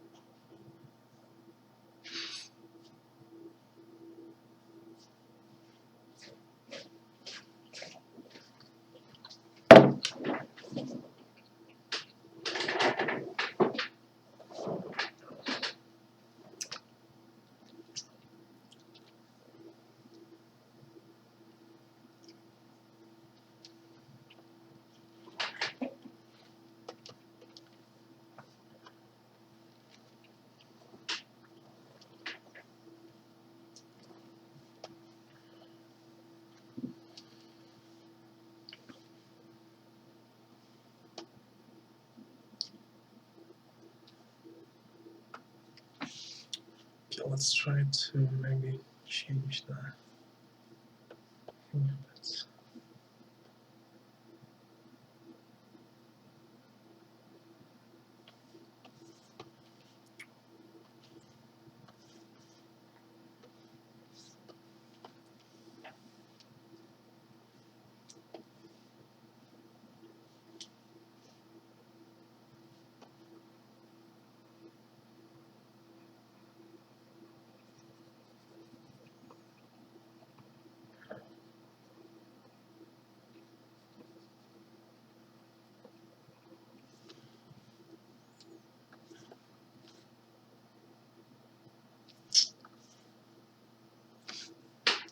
Yeah, I'll have to re-add them again because they're like in the middle of the image, so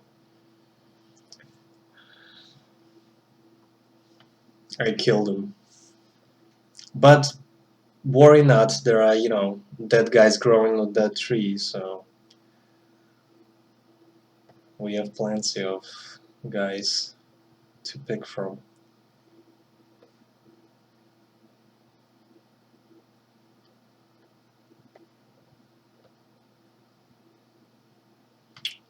And his name was a backpack. Like the people on the tree, or the guys that I raised. I'm not sure, honestly. I mean,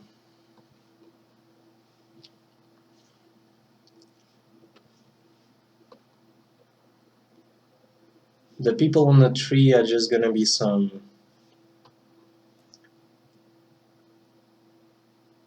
Yeah, they try to climb, and they shouldn't have. So common mistake with in these lands.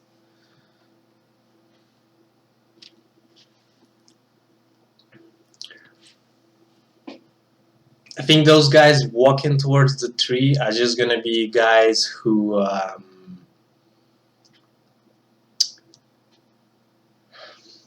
Actually, let me think about it for a second. So the tree grows corpses, essentially. Um, what use could other people have for corpses? Obviously, cannibalism, right? I mean, that's the first thing that comes to mind, but I suppose there could be some doctor that, wants to improve the medical community, but who cares about that? So we basically, those guys walking towards the tree are gonna be cannibals. Yes, yes. I like that. I like that. So they need to be zombie looking, I guess. Nah, man, fuck minerals. It's gonna be cannibals looking for food. Okay, it's gonna be cannibals looking for food and minerals. So just to please everybody. So yes, cannibals.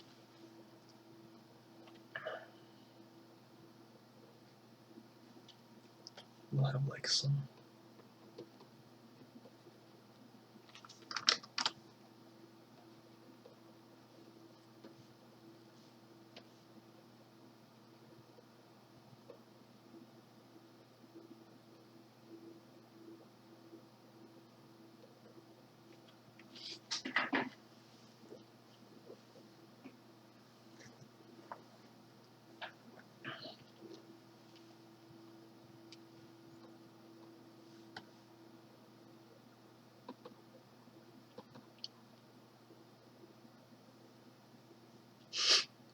Yes, the no, they're making cat memes, obviously, because that's how you dominate the world.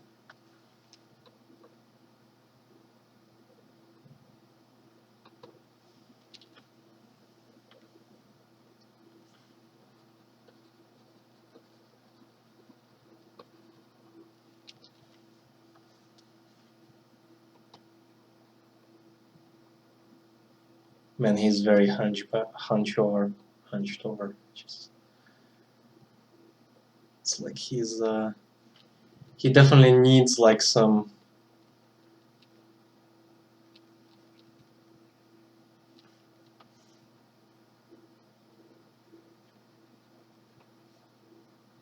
Whatever it is he needs, like a crutch maybe.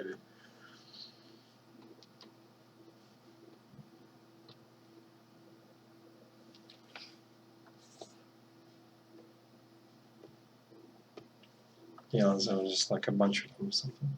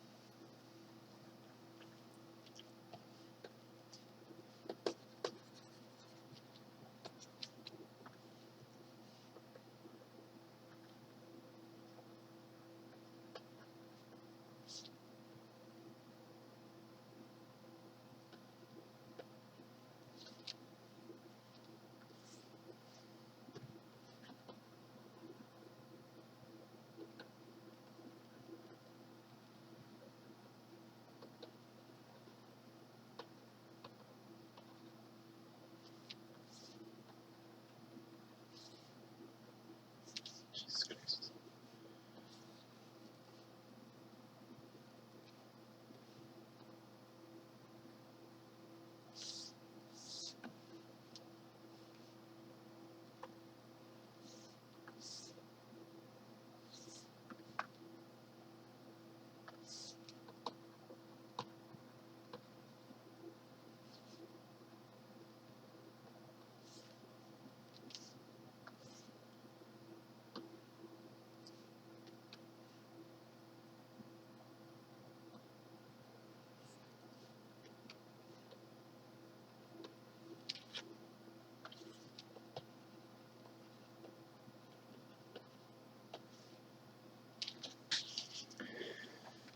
Yeah, whatever, I'll keep them for now like this.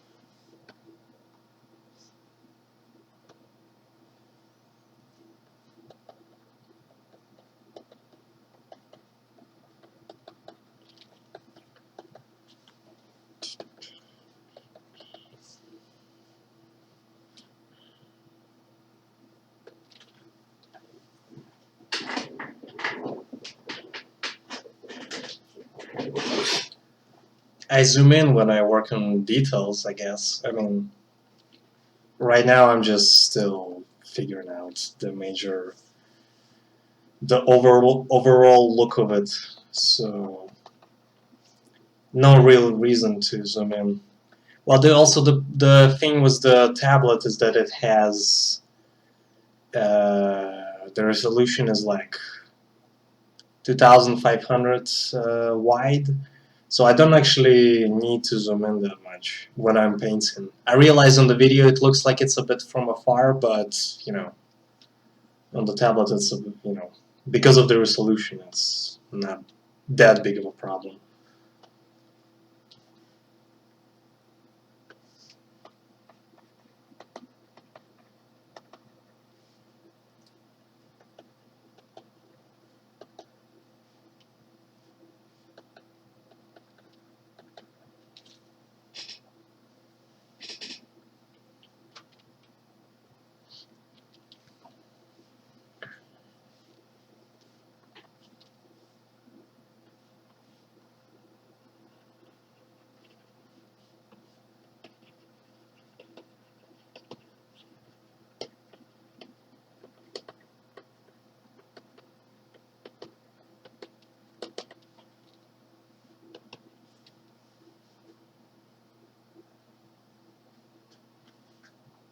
I do sometimes, yeah. Well, in this one I'll be working with colors later. I just wanted to. Usually I don't, because usually I have uh, I have a better idea of what I'm doing. So sometimes when there's things present that that can only be a very specific strong color, you know, like for example when you have fire in the scene, right? I mean fire, you just like add some orange and stuff. So you can do, or well, that I do from the start. But here it's sort of vague, so I was probably gonna change colors. Even if I added them from the beginning, I'll probably, you know, change them later or something, because I'm not sure what color this is supposed to be in the end. So yeah, this is pretty monotone for now.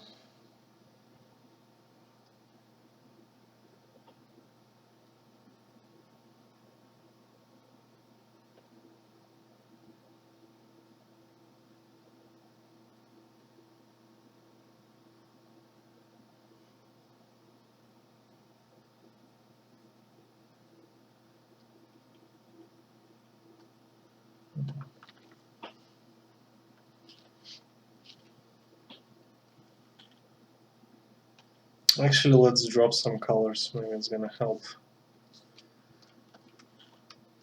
Just to...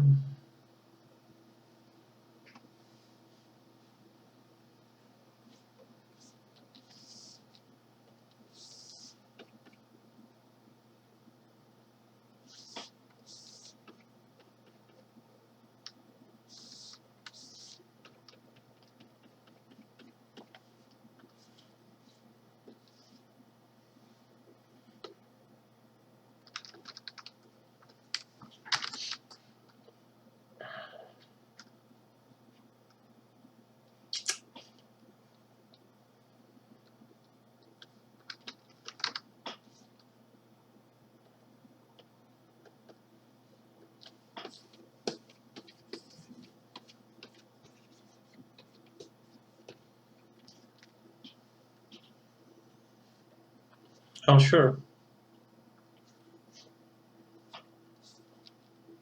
You can ask as much as you want. I mean, I'll try to answer.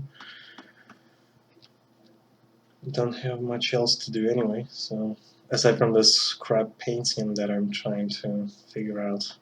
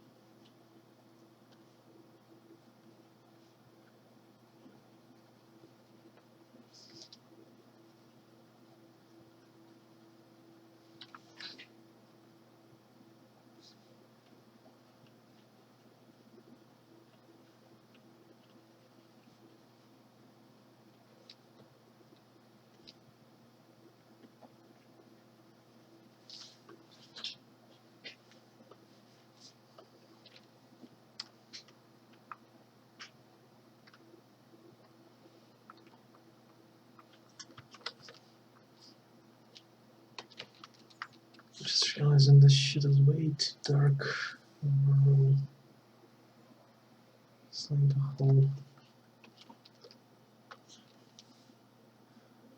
Needs to be a bit.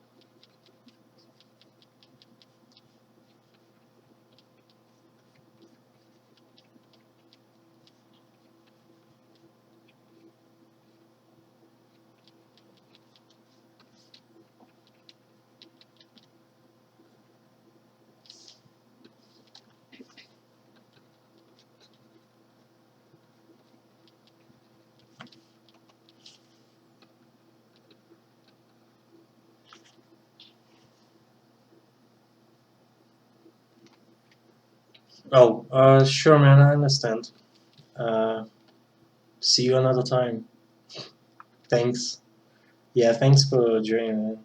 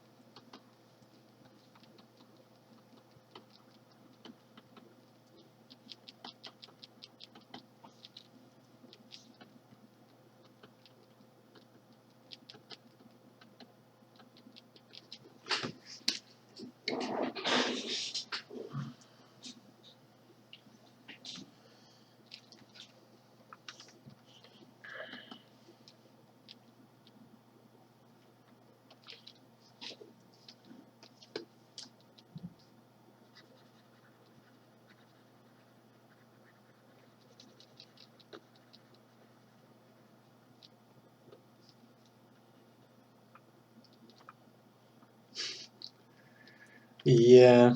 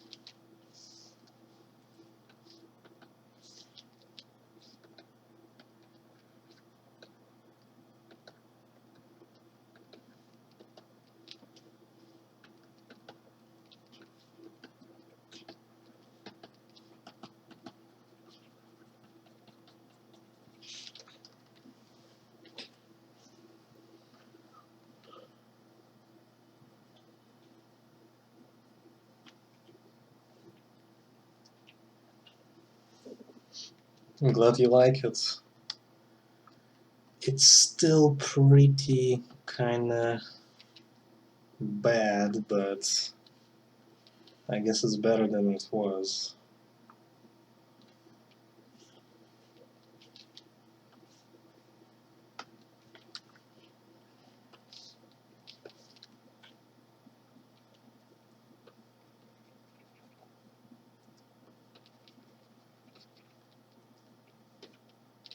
The shit needs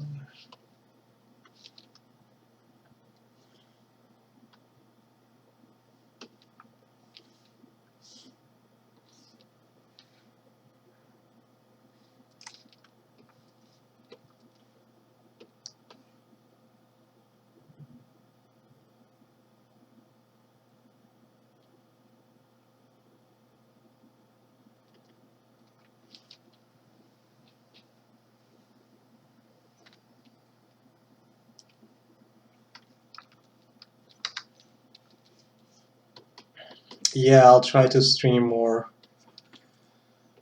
because people do ask a lot for it. And well, we all know that purple is a very deceiving color, so I'm not sure if that's hope. Maybe there's just like more cannibals there, you know. because cannibals are attracted to purple colors, possibly.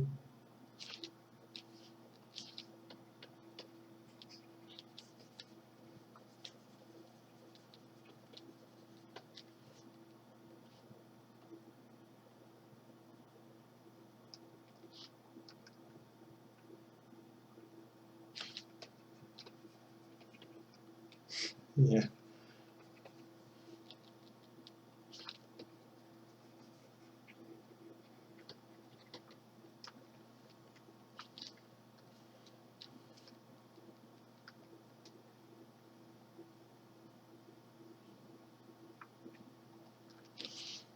Yeah, the royal color of beheadings, I know.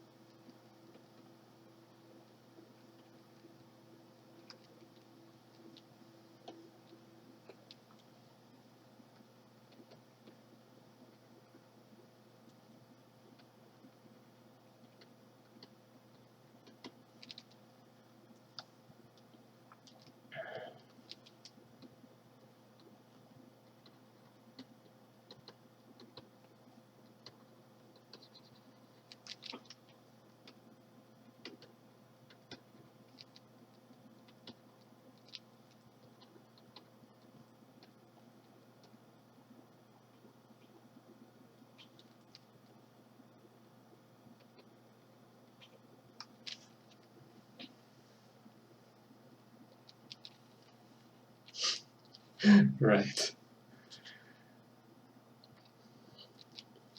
That could be it, actually. Maybe there's like a huge bird that maybe that's the bird's nest or something, or and the bird is like picking up corpses and feeds the small birds that came out of the eggs, or I don't know. But yeah, maybe there is a bird that actually does this stuff here, so with the corpses and all that. So it's a possibility, yeah. And those cannibals are not actually cannibals. They're like a band of people that came to kill the bird because it attacks the village or some shit. I don't know.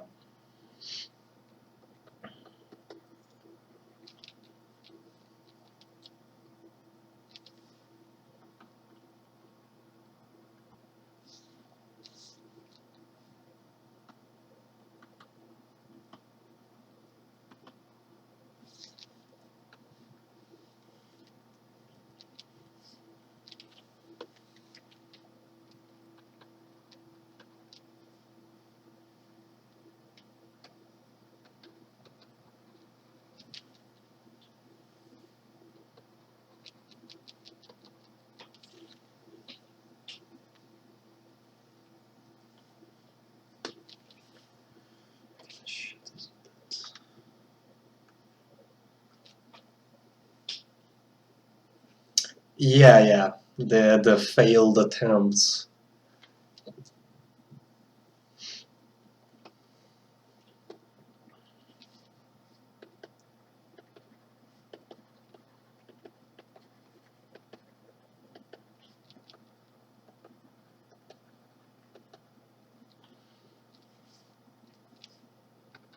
This could be a game, where you go to kill some monster, and then if you fail, your corpse is like still there, and the monster is like eating your bones and stuff, and then you come there to kill it again, and then you die again, and there's like a bunch of corpses that are your own.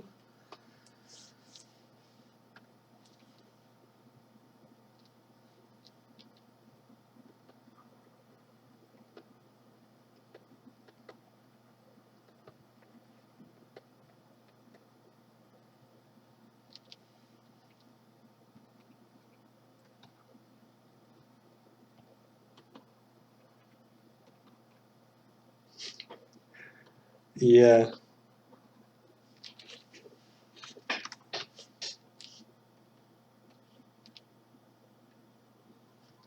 And this left side is group.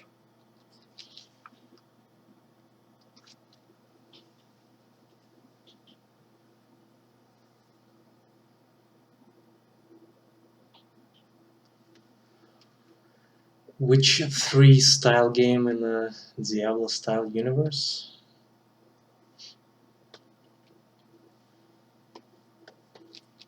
Hmm.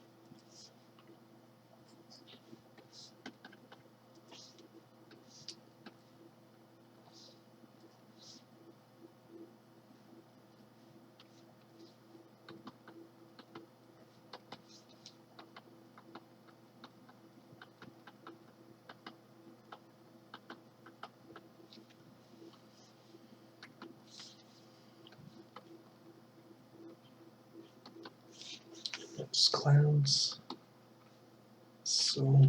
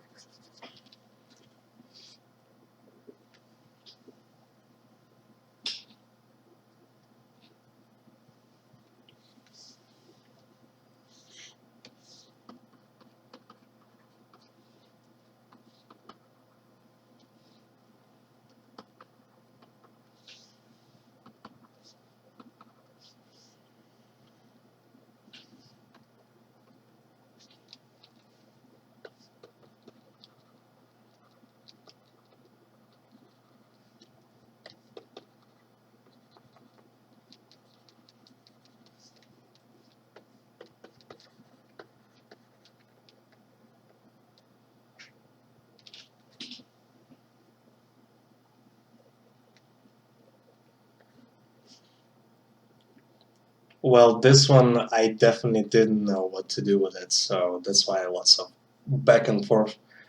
Sometimes I do know, and sometimes it just like experiments in. A lot of times what happens is when when you start painting as opposed to like doing line art or something, is that uh, you at the very least kind of know whether it's going to be like a landscape or a character or something like that. So it depends on it depends on what you want to do, and then you just explore in that direction. Because a landscape, you can start with whatever, some horizon line, something on the ground, and then it will come eventually. And with characters, again, you can start. I mean, you can start with a head, you can start with a torso, and eventually you'll explore the design. But yeah, this one I didn't know at all, so I was just like exploring what I could paint in general, and I mean, this is where it got me. So, sorry. I do start with some kind of idea, like that's usually the motivation. As in, if I get some idea, like, oh, okay, I want to paint whatever, a dragon, I want to paint a demon, I want to paint some landscape with, like mountains or whatever. So those become like the basic ideas that I start on. But if I when now that I'm streaming, I'm sort of like the stream itself becomes my motivation. As in, I'm like, okay, I kind of want to stream, paint live. So I'm kind of getting into the stream without actually having a better idea of what to paint, and I'm figuring it out as I go. So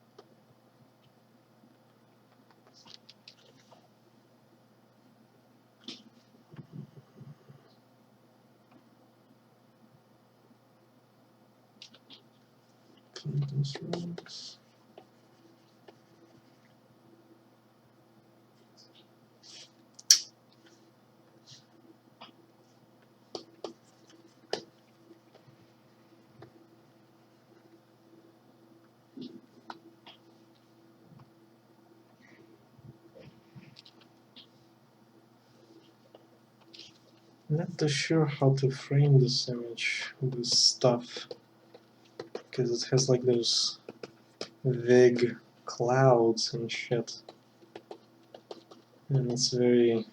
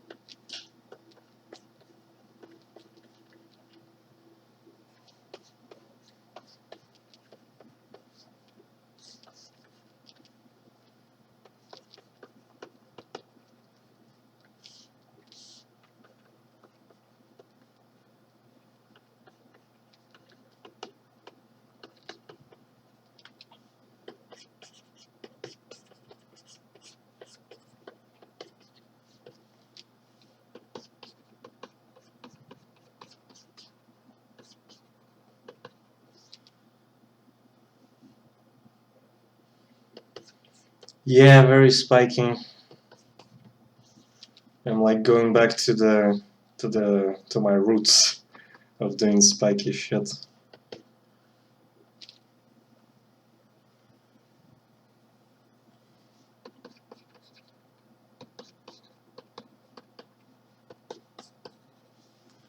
Spikes are okay, I guess. I mean, since we have this spiky tree, might as well keep the entire environment. Yeah, yeah, that people. I'm like, yes, populating the land with dead people is the plan here. I figured. So yeah.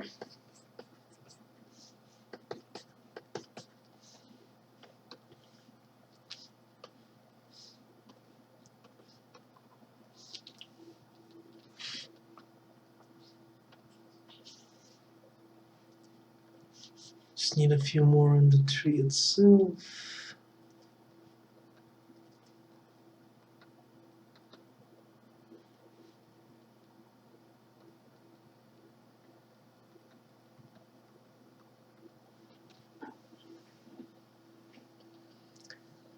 Well, there is always this barrier that you need to break with corpses, where, when it's like one corpse, you're like, it's a one corpse. Nobody cares about one corpse. When you have like a bunch of corpses, that becomes a bit like, may become too much. But then when you have corpses everywhere, it becomes sort of like part of the environment, like a decoration.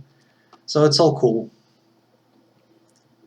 It's like, when's the last time you played a game where you kill shit and then you go through a battlefield, and when's the last time you wanted to be less corpses? Am I right? You always want more, so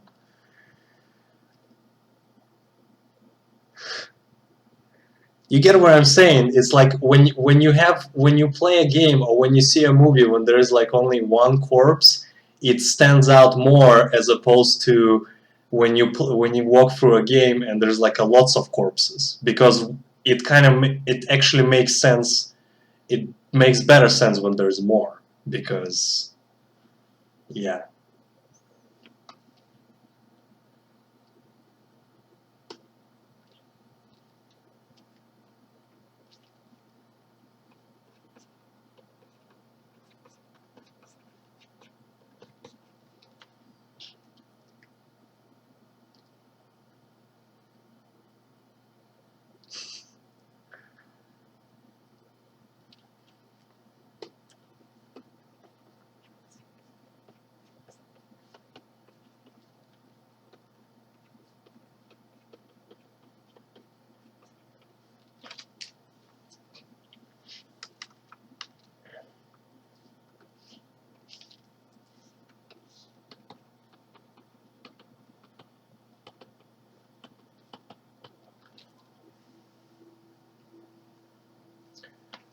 One corpse matters when it's a character or when it's something, like when you walk. If it's a horror game or something and this is the first corpse you meet, I guess it has that would have impact.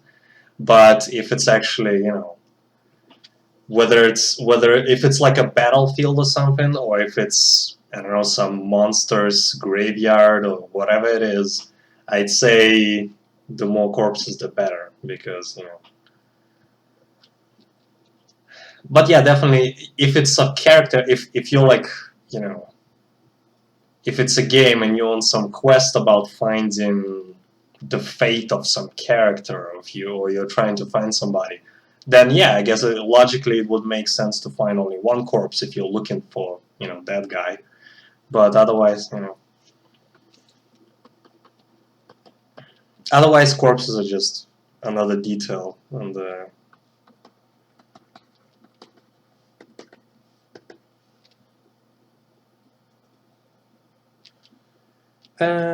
I might. I'm not sure if I'm gonna keep those guys walking towards the thing. Maybe it's just gonna be like this landscape with corpses hanging from shit. So yeah, there might be some corpses. Instead of those guys walking here or standing or whatever, there might be corpses here, like on this, like, space of here on the left. So yeah, maybe. For now, just like.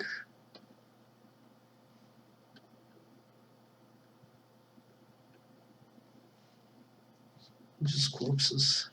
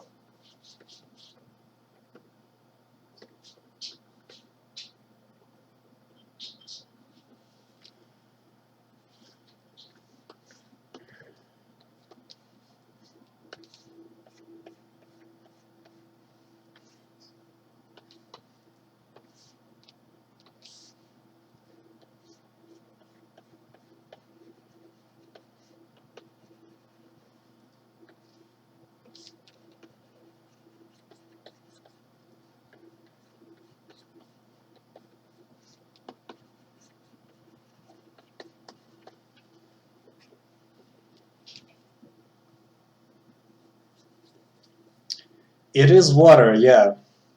I mean, if that was like pure blood, I guess there would need to be more corpses, because there's only like a couple of corpses here and there. That there's not enough blood for the whole thing.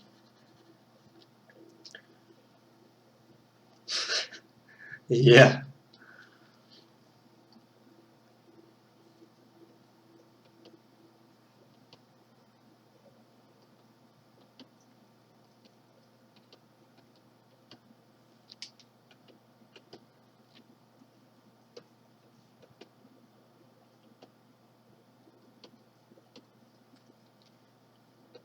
Maybe actually it's the other way around. It's water that prevents you from bleeding. It's still poisonous, but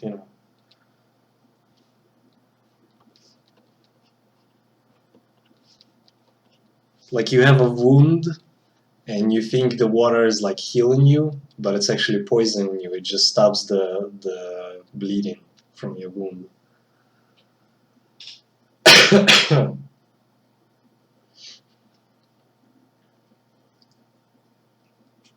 Right. Yeah, there could be some corpses inside of the water. Sure, sure. Yeah, that's okay. Yeah.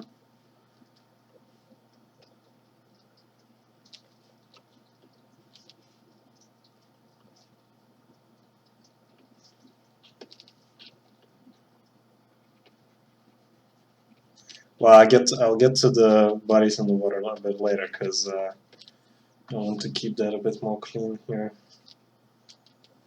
So for now, just like the background.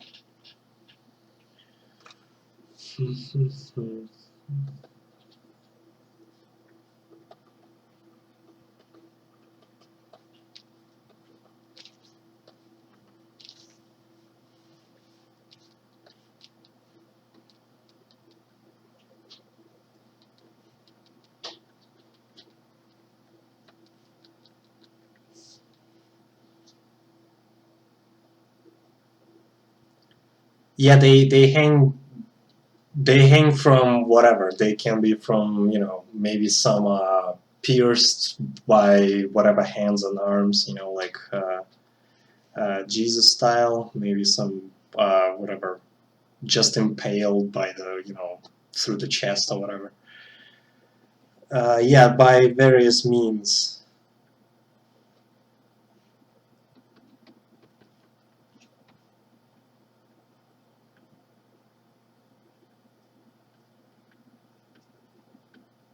I guess I should spread them a bit more.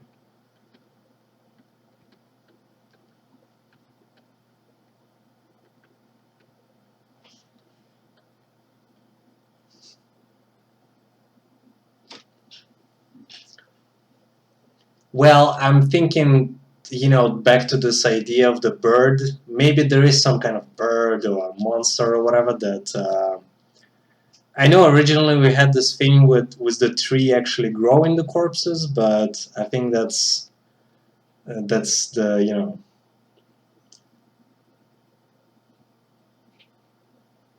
yeah, maybe there is a monster or bird or whatever that kind of picks up corpses and it feeds the young, the small monster birds with more corpses. So it just its nest, or so it just steals people from whatever villages and just drops them on spikes, and then the small birdies eat them. Yeah, kind of like a nest.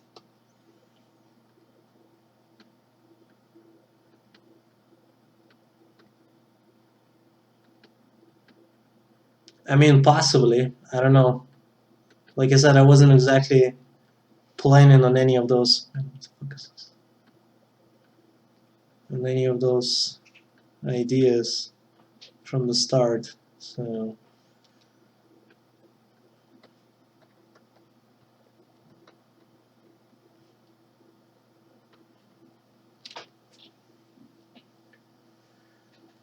Oh yeah, the spikes are just a natural formation of some sort. Maybe a plant or something. I don't know. Or maybe there was, you know, maybe the bird or the monster or whatever. They actually are able to build those kind of structures, I guess, or those nests or something. So who knows? Maybe it's natural formation. Maybe it's built by those creatures.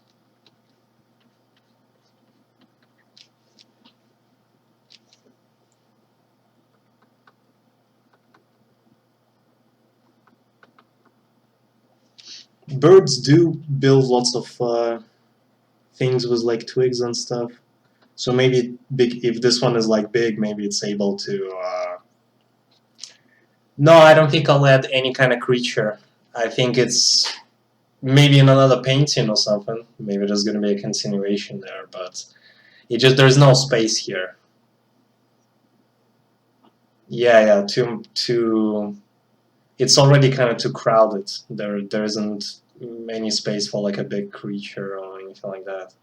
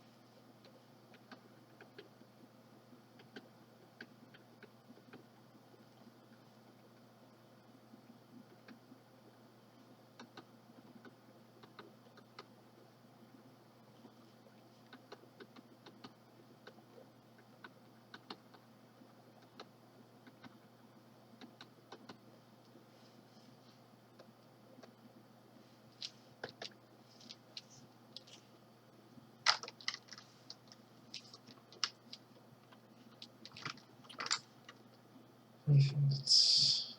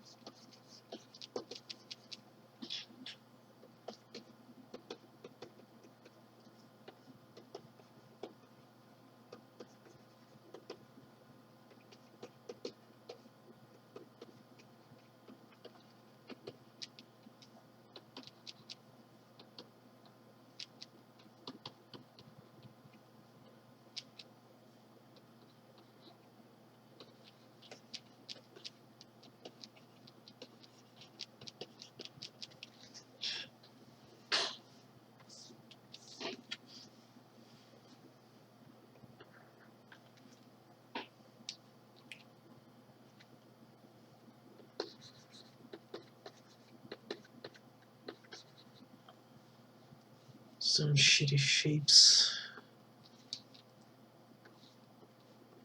Way too long.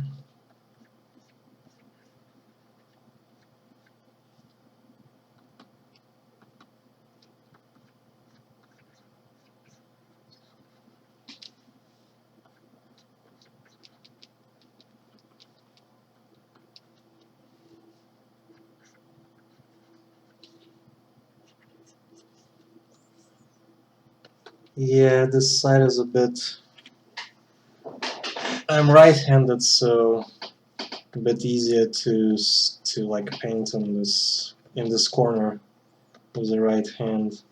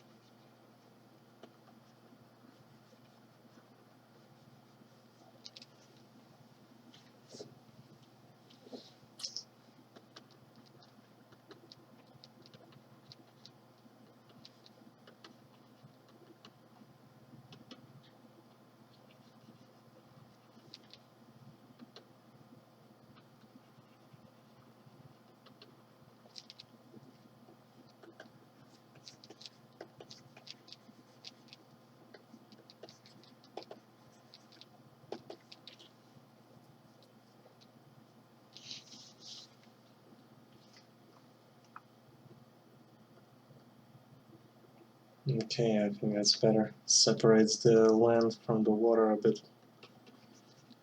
more.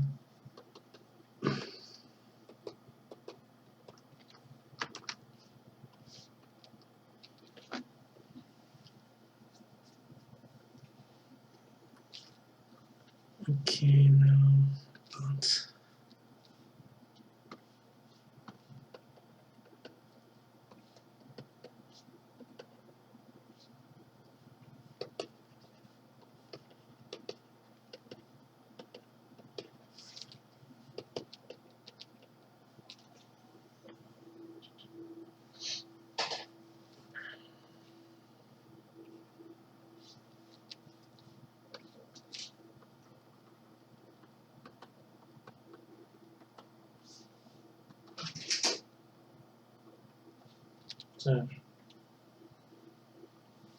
my freaking cat again.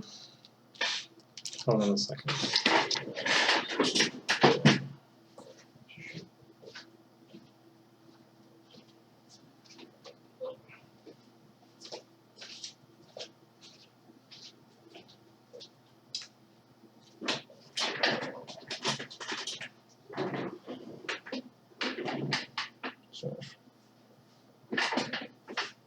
You gonna be a good kitty? Like yesterday.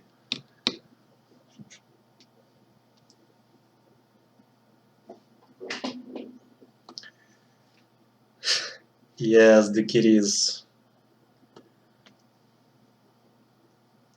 No, wait. Sorry.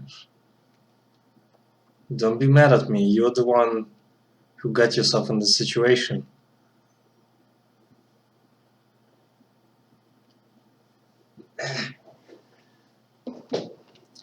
Okay, sure. I'll see you next time then.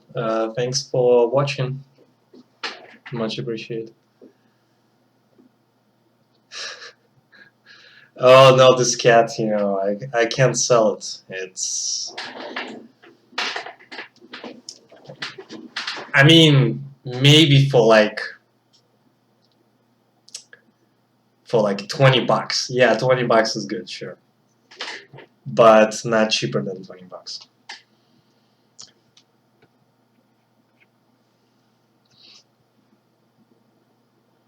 Oh, sure he can. I mean, whatever.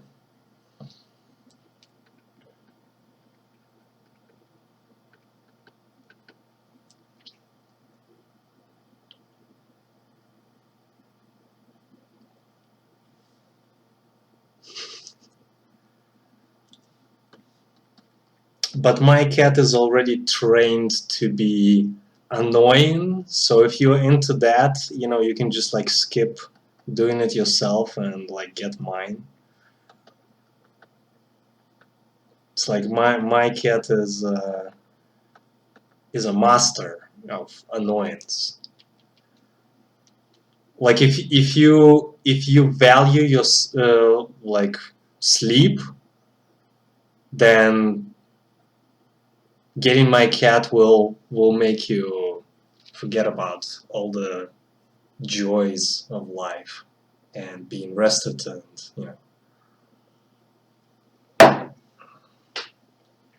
So like I said, if you're into that, I can totally give you my cat. I'm not sure if I can mail it, but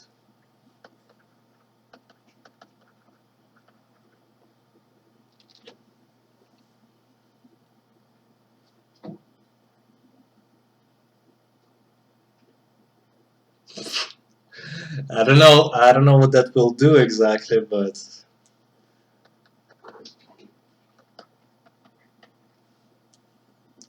into a machine, so like a computer cat. Well, imagine like painting. Imagine painting on a Photoshop where the computer has like the personality of a cat, and then it just randomly bites you every 2 minutes or so. Yeah, like that would be definitely the epitome of technology.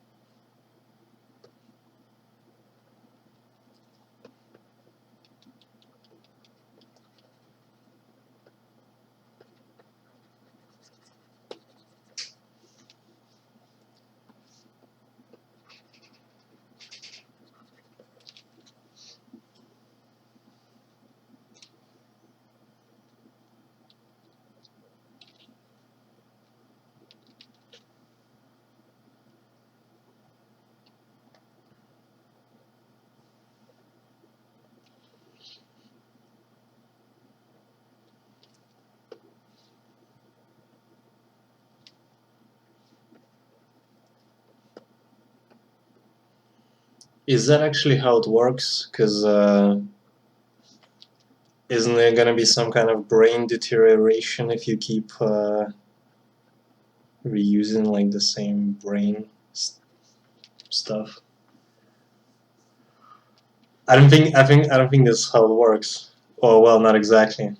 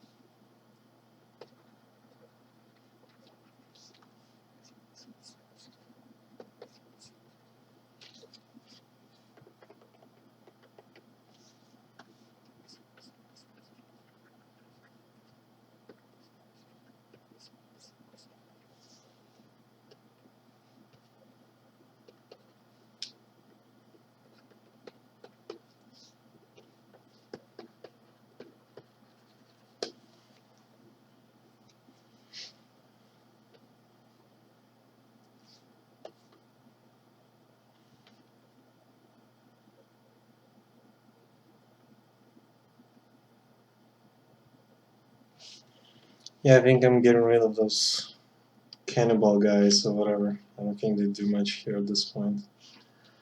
We're just gonna have corpses everywhere, and maybe one guy who is not a corpse, like observing the scenery of corpses. Actually, so let's keep that in.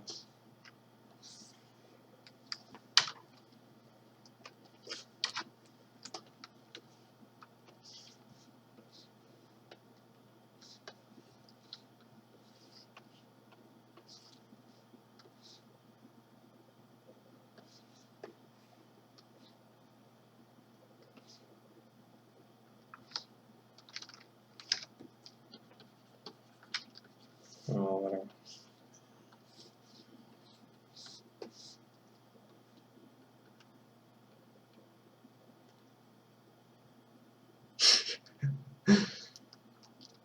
Yeah, one guy that I don't know, maybe is on a quest to figure out what the fuck is actually happening in this land of spikes and corpses.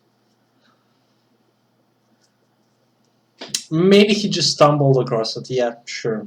But one live guy among corpses, I guess, and he's gonna have like a cape and shit. Cause no, fuck a cape. I don't want a cape. Uh, yeah, possibly. We don't know his motivations basically. Maybe he just like has a thing for corpses, so that's why he's there. But you know, all we know is that he's there and that he's not a corpse himself, because he's like supporting his own weight with his legs, which is amazing. So yeah, there's this guy. Well, actually, let's make him like. Oh well. So yeah, this dude, he's gonna have I'm not even sure. Maybe a hat, a cowboy hat. No.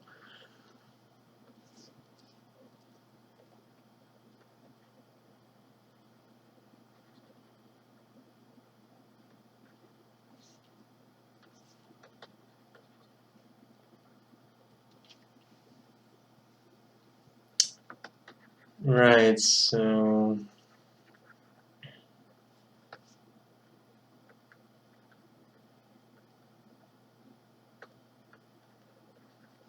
Well, whatever. Just a guy for now. Uh,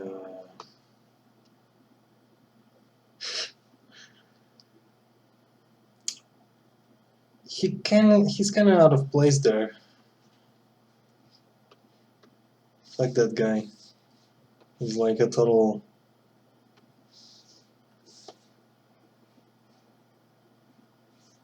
Nah, fuck it. The guy doesn't work.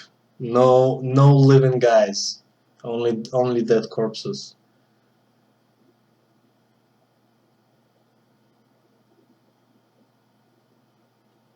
Hmm.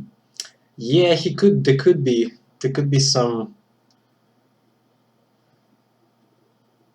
something like that. I think I'll just like have corpses here too, cause why not? So we just have like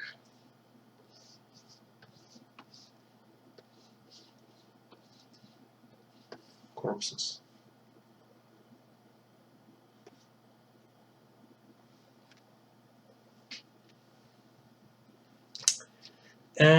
Well, how about this? We'll have like a corpse here, right?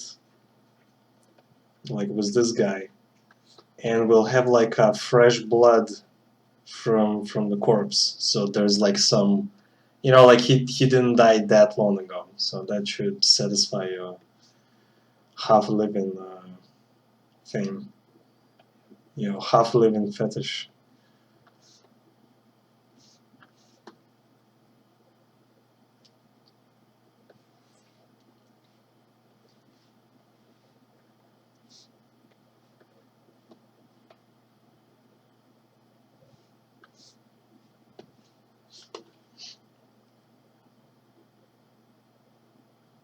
Yeah, that's what I mean.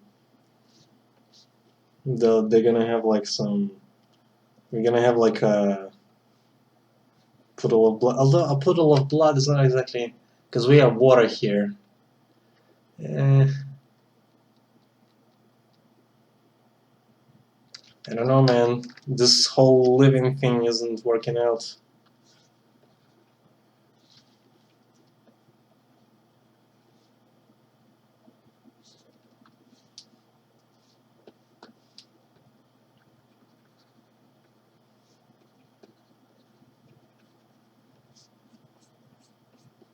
Dead bodies everywhere.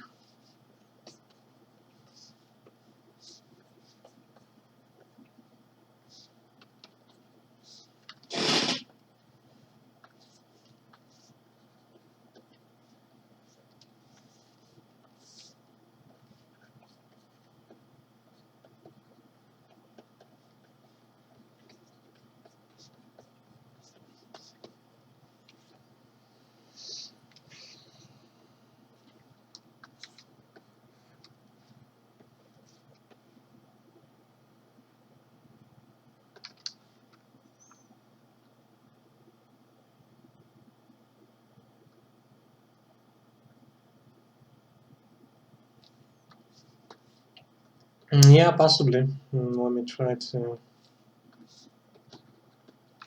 My problem was mostly with a singular dude in this like location near the edge, like near the water, because it was a bit weird looking. But let me see if I can.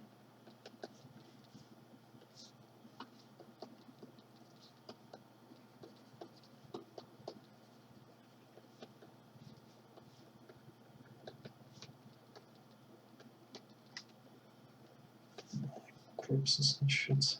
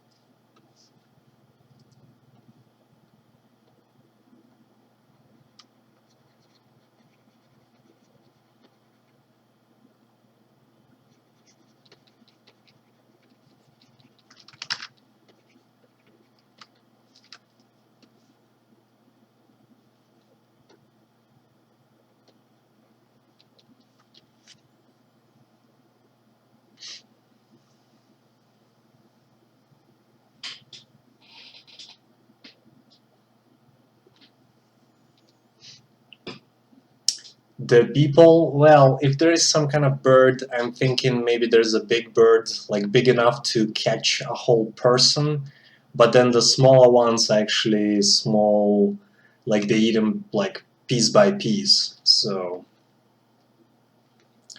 yeah, for maximum horror, they poke like the eyes out and that sort of thing.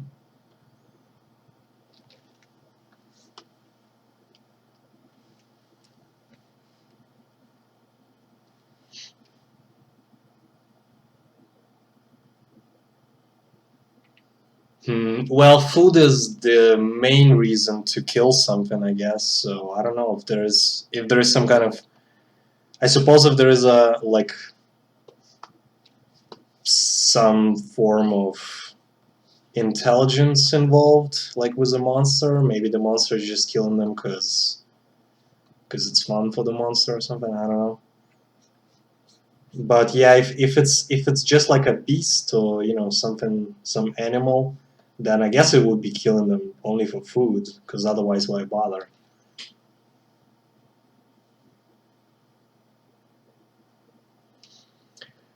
Yeah, this is definitely.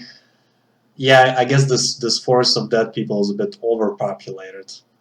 It's not random enough to say it is just like a bird drops the corpses or something. Well, maybe there's just a bunch of birds. Maybe they just drop them by like the corpses by the hundreds.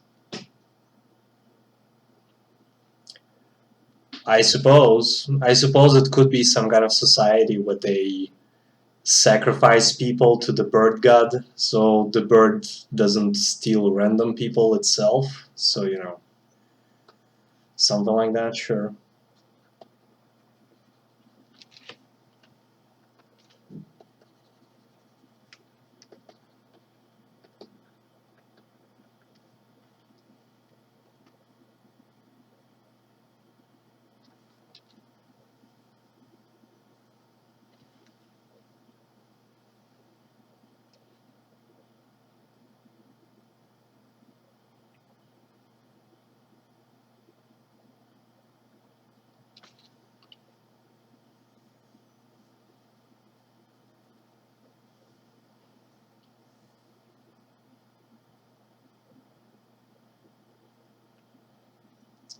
Yeah, they're very.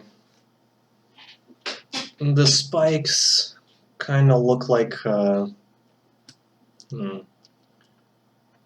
Well, I'm not sure, honestly. I mean, maybe the tribe idea is that there's gonna be. What's that?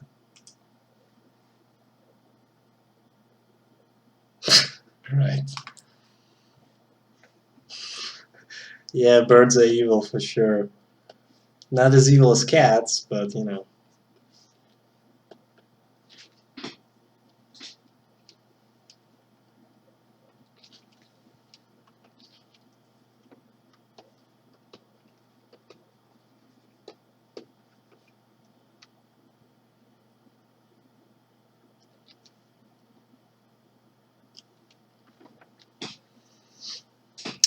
Well, maybe. I guess we are kind of focused on the bird thing. Maybe there is actually maybe this spiked plant in the background. Maybe the whole plant or the whole area, like maybe the plant is actually the intelligent organism here, and it impales corpses by itself. So basically, it grows the spikes whenever there is like a corpse or anything it wants to consume. It impales that, and that's how it drains the corpses. So it's actually this whole spiky thing is like an organism in the ground, and it feeds off dead stuff on the surface or something like that.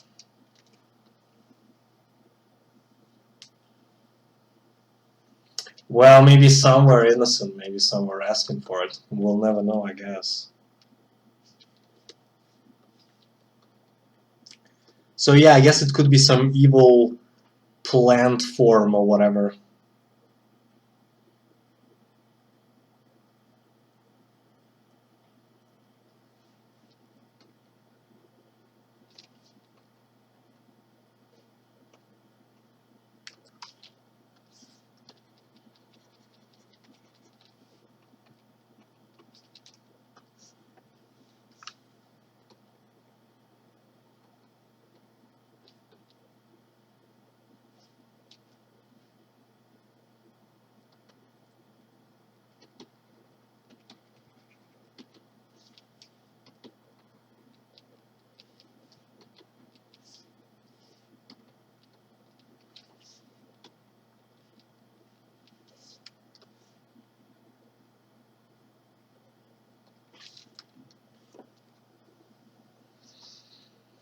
Yeah, I don't worry too much about the actual logic behind what the fuck is going on here. Just for fun.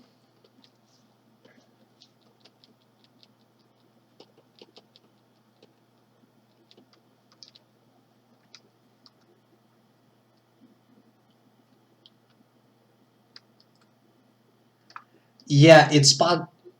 I was thinking maybe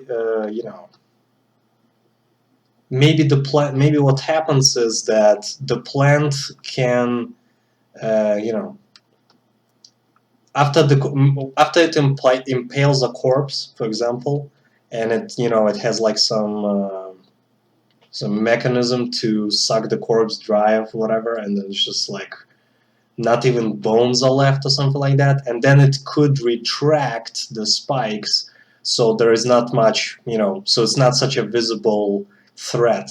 And then whoever, maybe there's like a tribe, or maybe there's like a band of people or some caravan or whatever that camps, and then at night or some shit it just like impales them.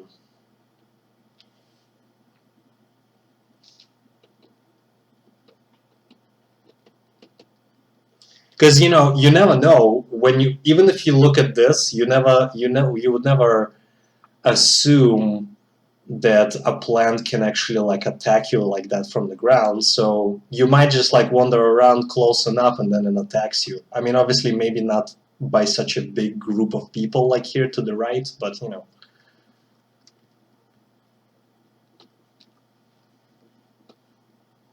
there are some options.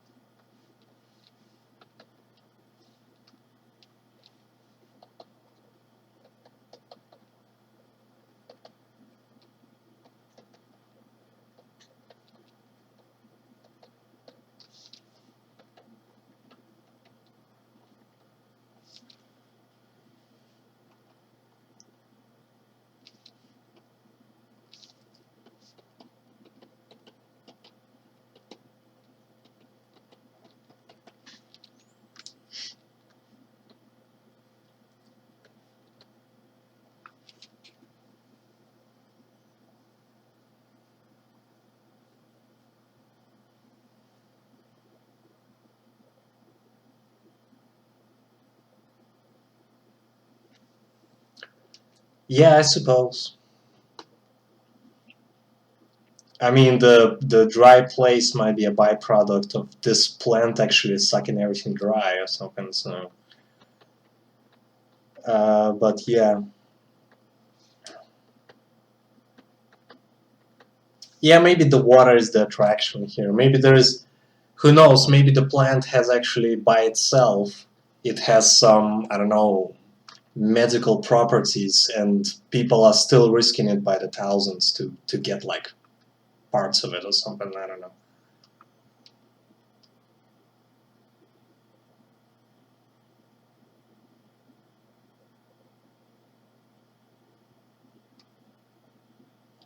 Well, maybe the way it buries back, like the way the spikes retract, maybe it drags like the remnants of the corpse with it on the ground, or kind of hides it as a mechanism to prevent others, detection and others figuring out that there's like some maybe it like it after when it's about to retract back in the ground, it like goes into like a hook kind of form and just drags everything back with it, like the bones and the rest of the corpse. So who knows? Well, I don't know if it's a sand plant. I mean, possibly.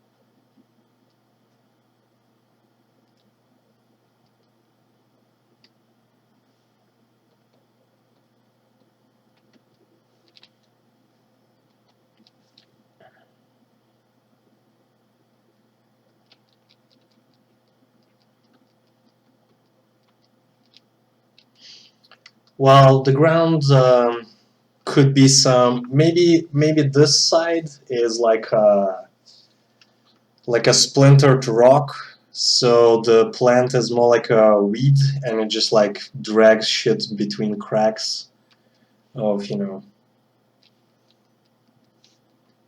kind of like fuck, what's that called?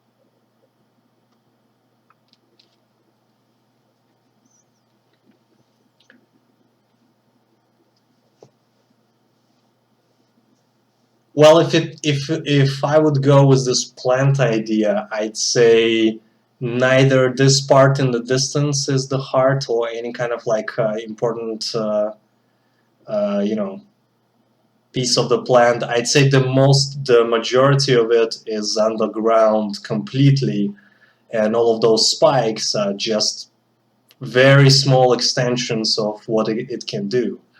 So, like this plant organism or whatever. So that's why it can protrude it can protrude like this structure in the middle there, like in the background. It can protrude through the earth with like very strong force, and regardless whether the earth is not very sandy or whatever. So maybe that way, and then if there is a. Yeah, maybe the bigger part is just there because there is, I don't know, some environmental uh, reasons for it to grow there bigger. Maybe because water is there, maybe it can protrude more or something like that. And because the land is more rocky here, like on this shore, maybe that's why it's only like a few spikes in it. Something like that. I don't know. Or it doesn't reach that far here, and it can only like go through a few cracks when it senses like some people approaching or something like that. It can also, the thing with a bunch of people, maybe it actually can in some ways surround a group of people and lure them in closer. In some ways, maybe it has like some poisonous vines, or maybe it can just like create like a barrier, like that protrudes through the ground, so people have kind of no choice but to try to walk around it or something, but they're actually getting closer to more dangerous areas, something like that. I don't know.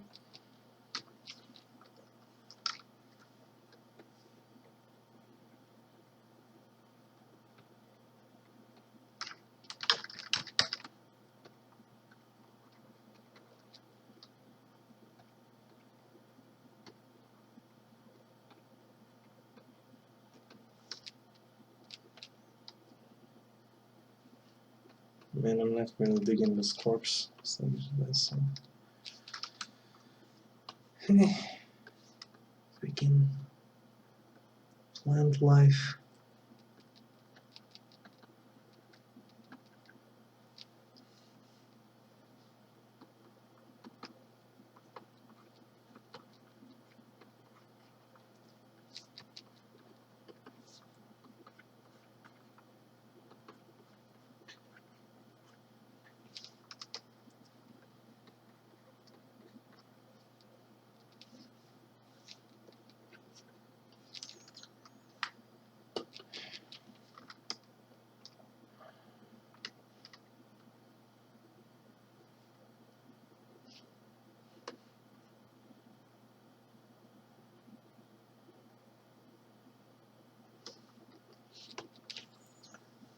I think I'll actually be trying to rub this up a bit, and I'll continue another time.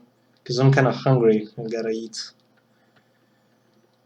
and I'll probably need to do some other work.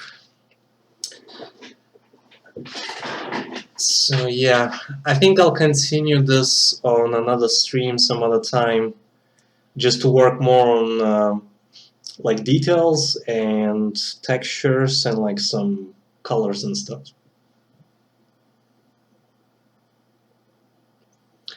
Yeah, maybe something like that.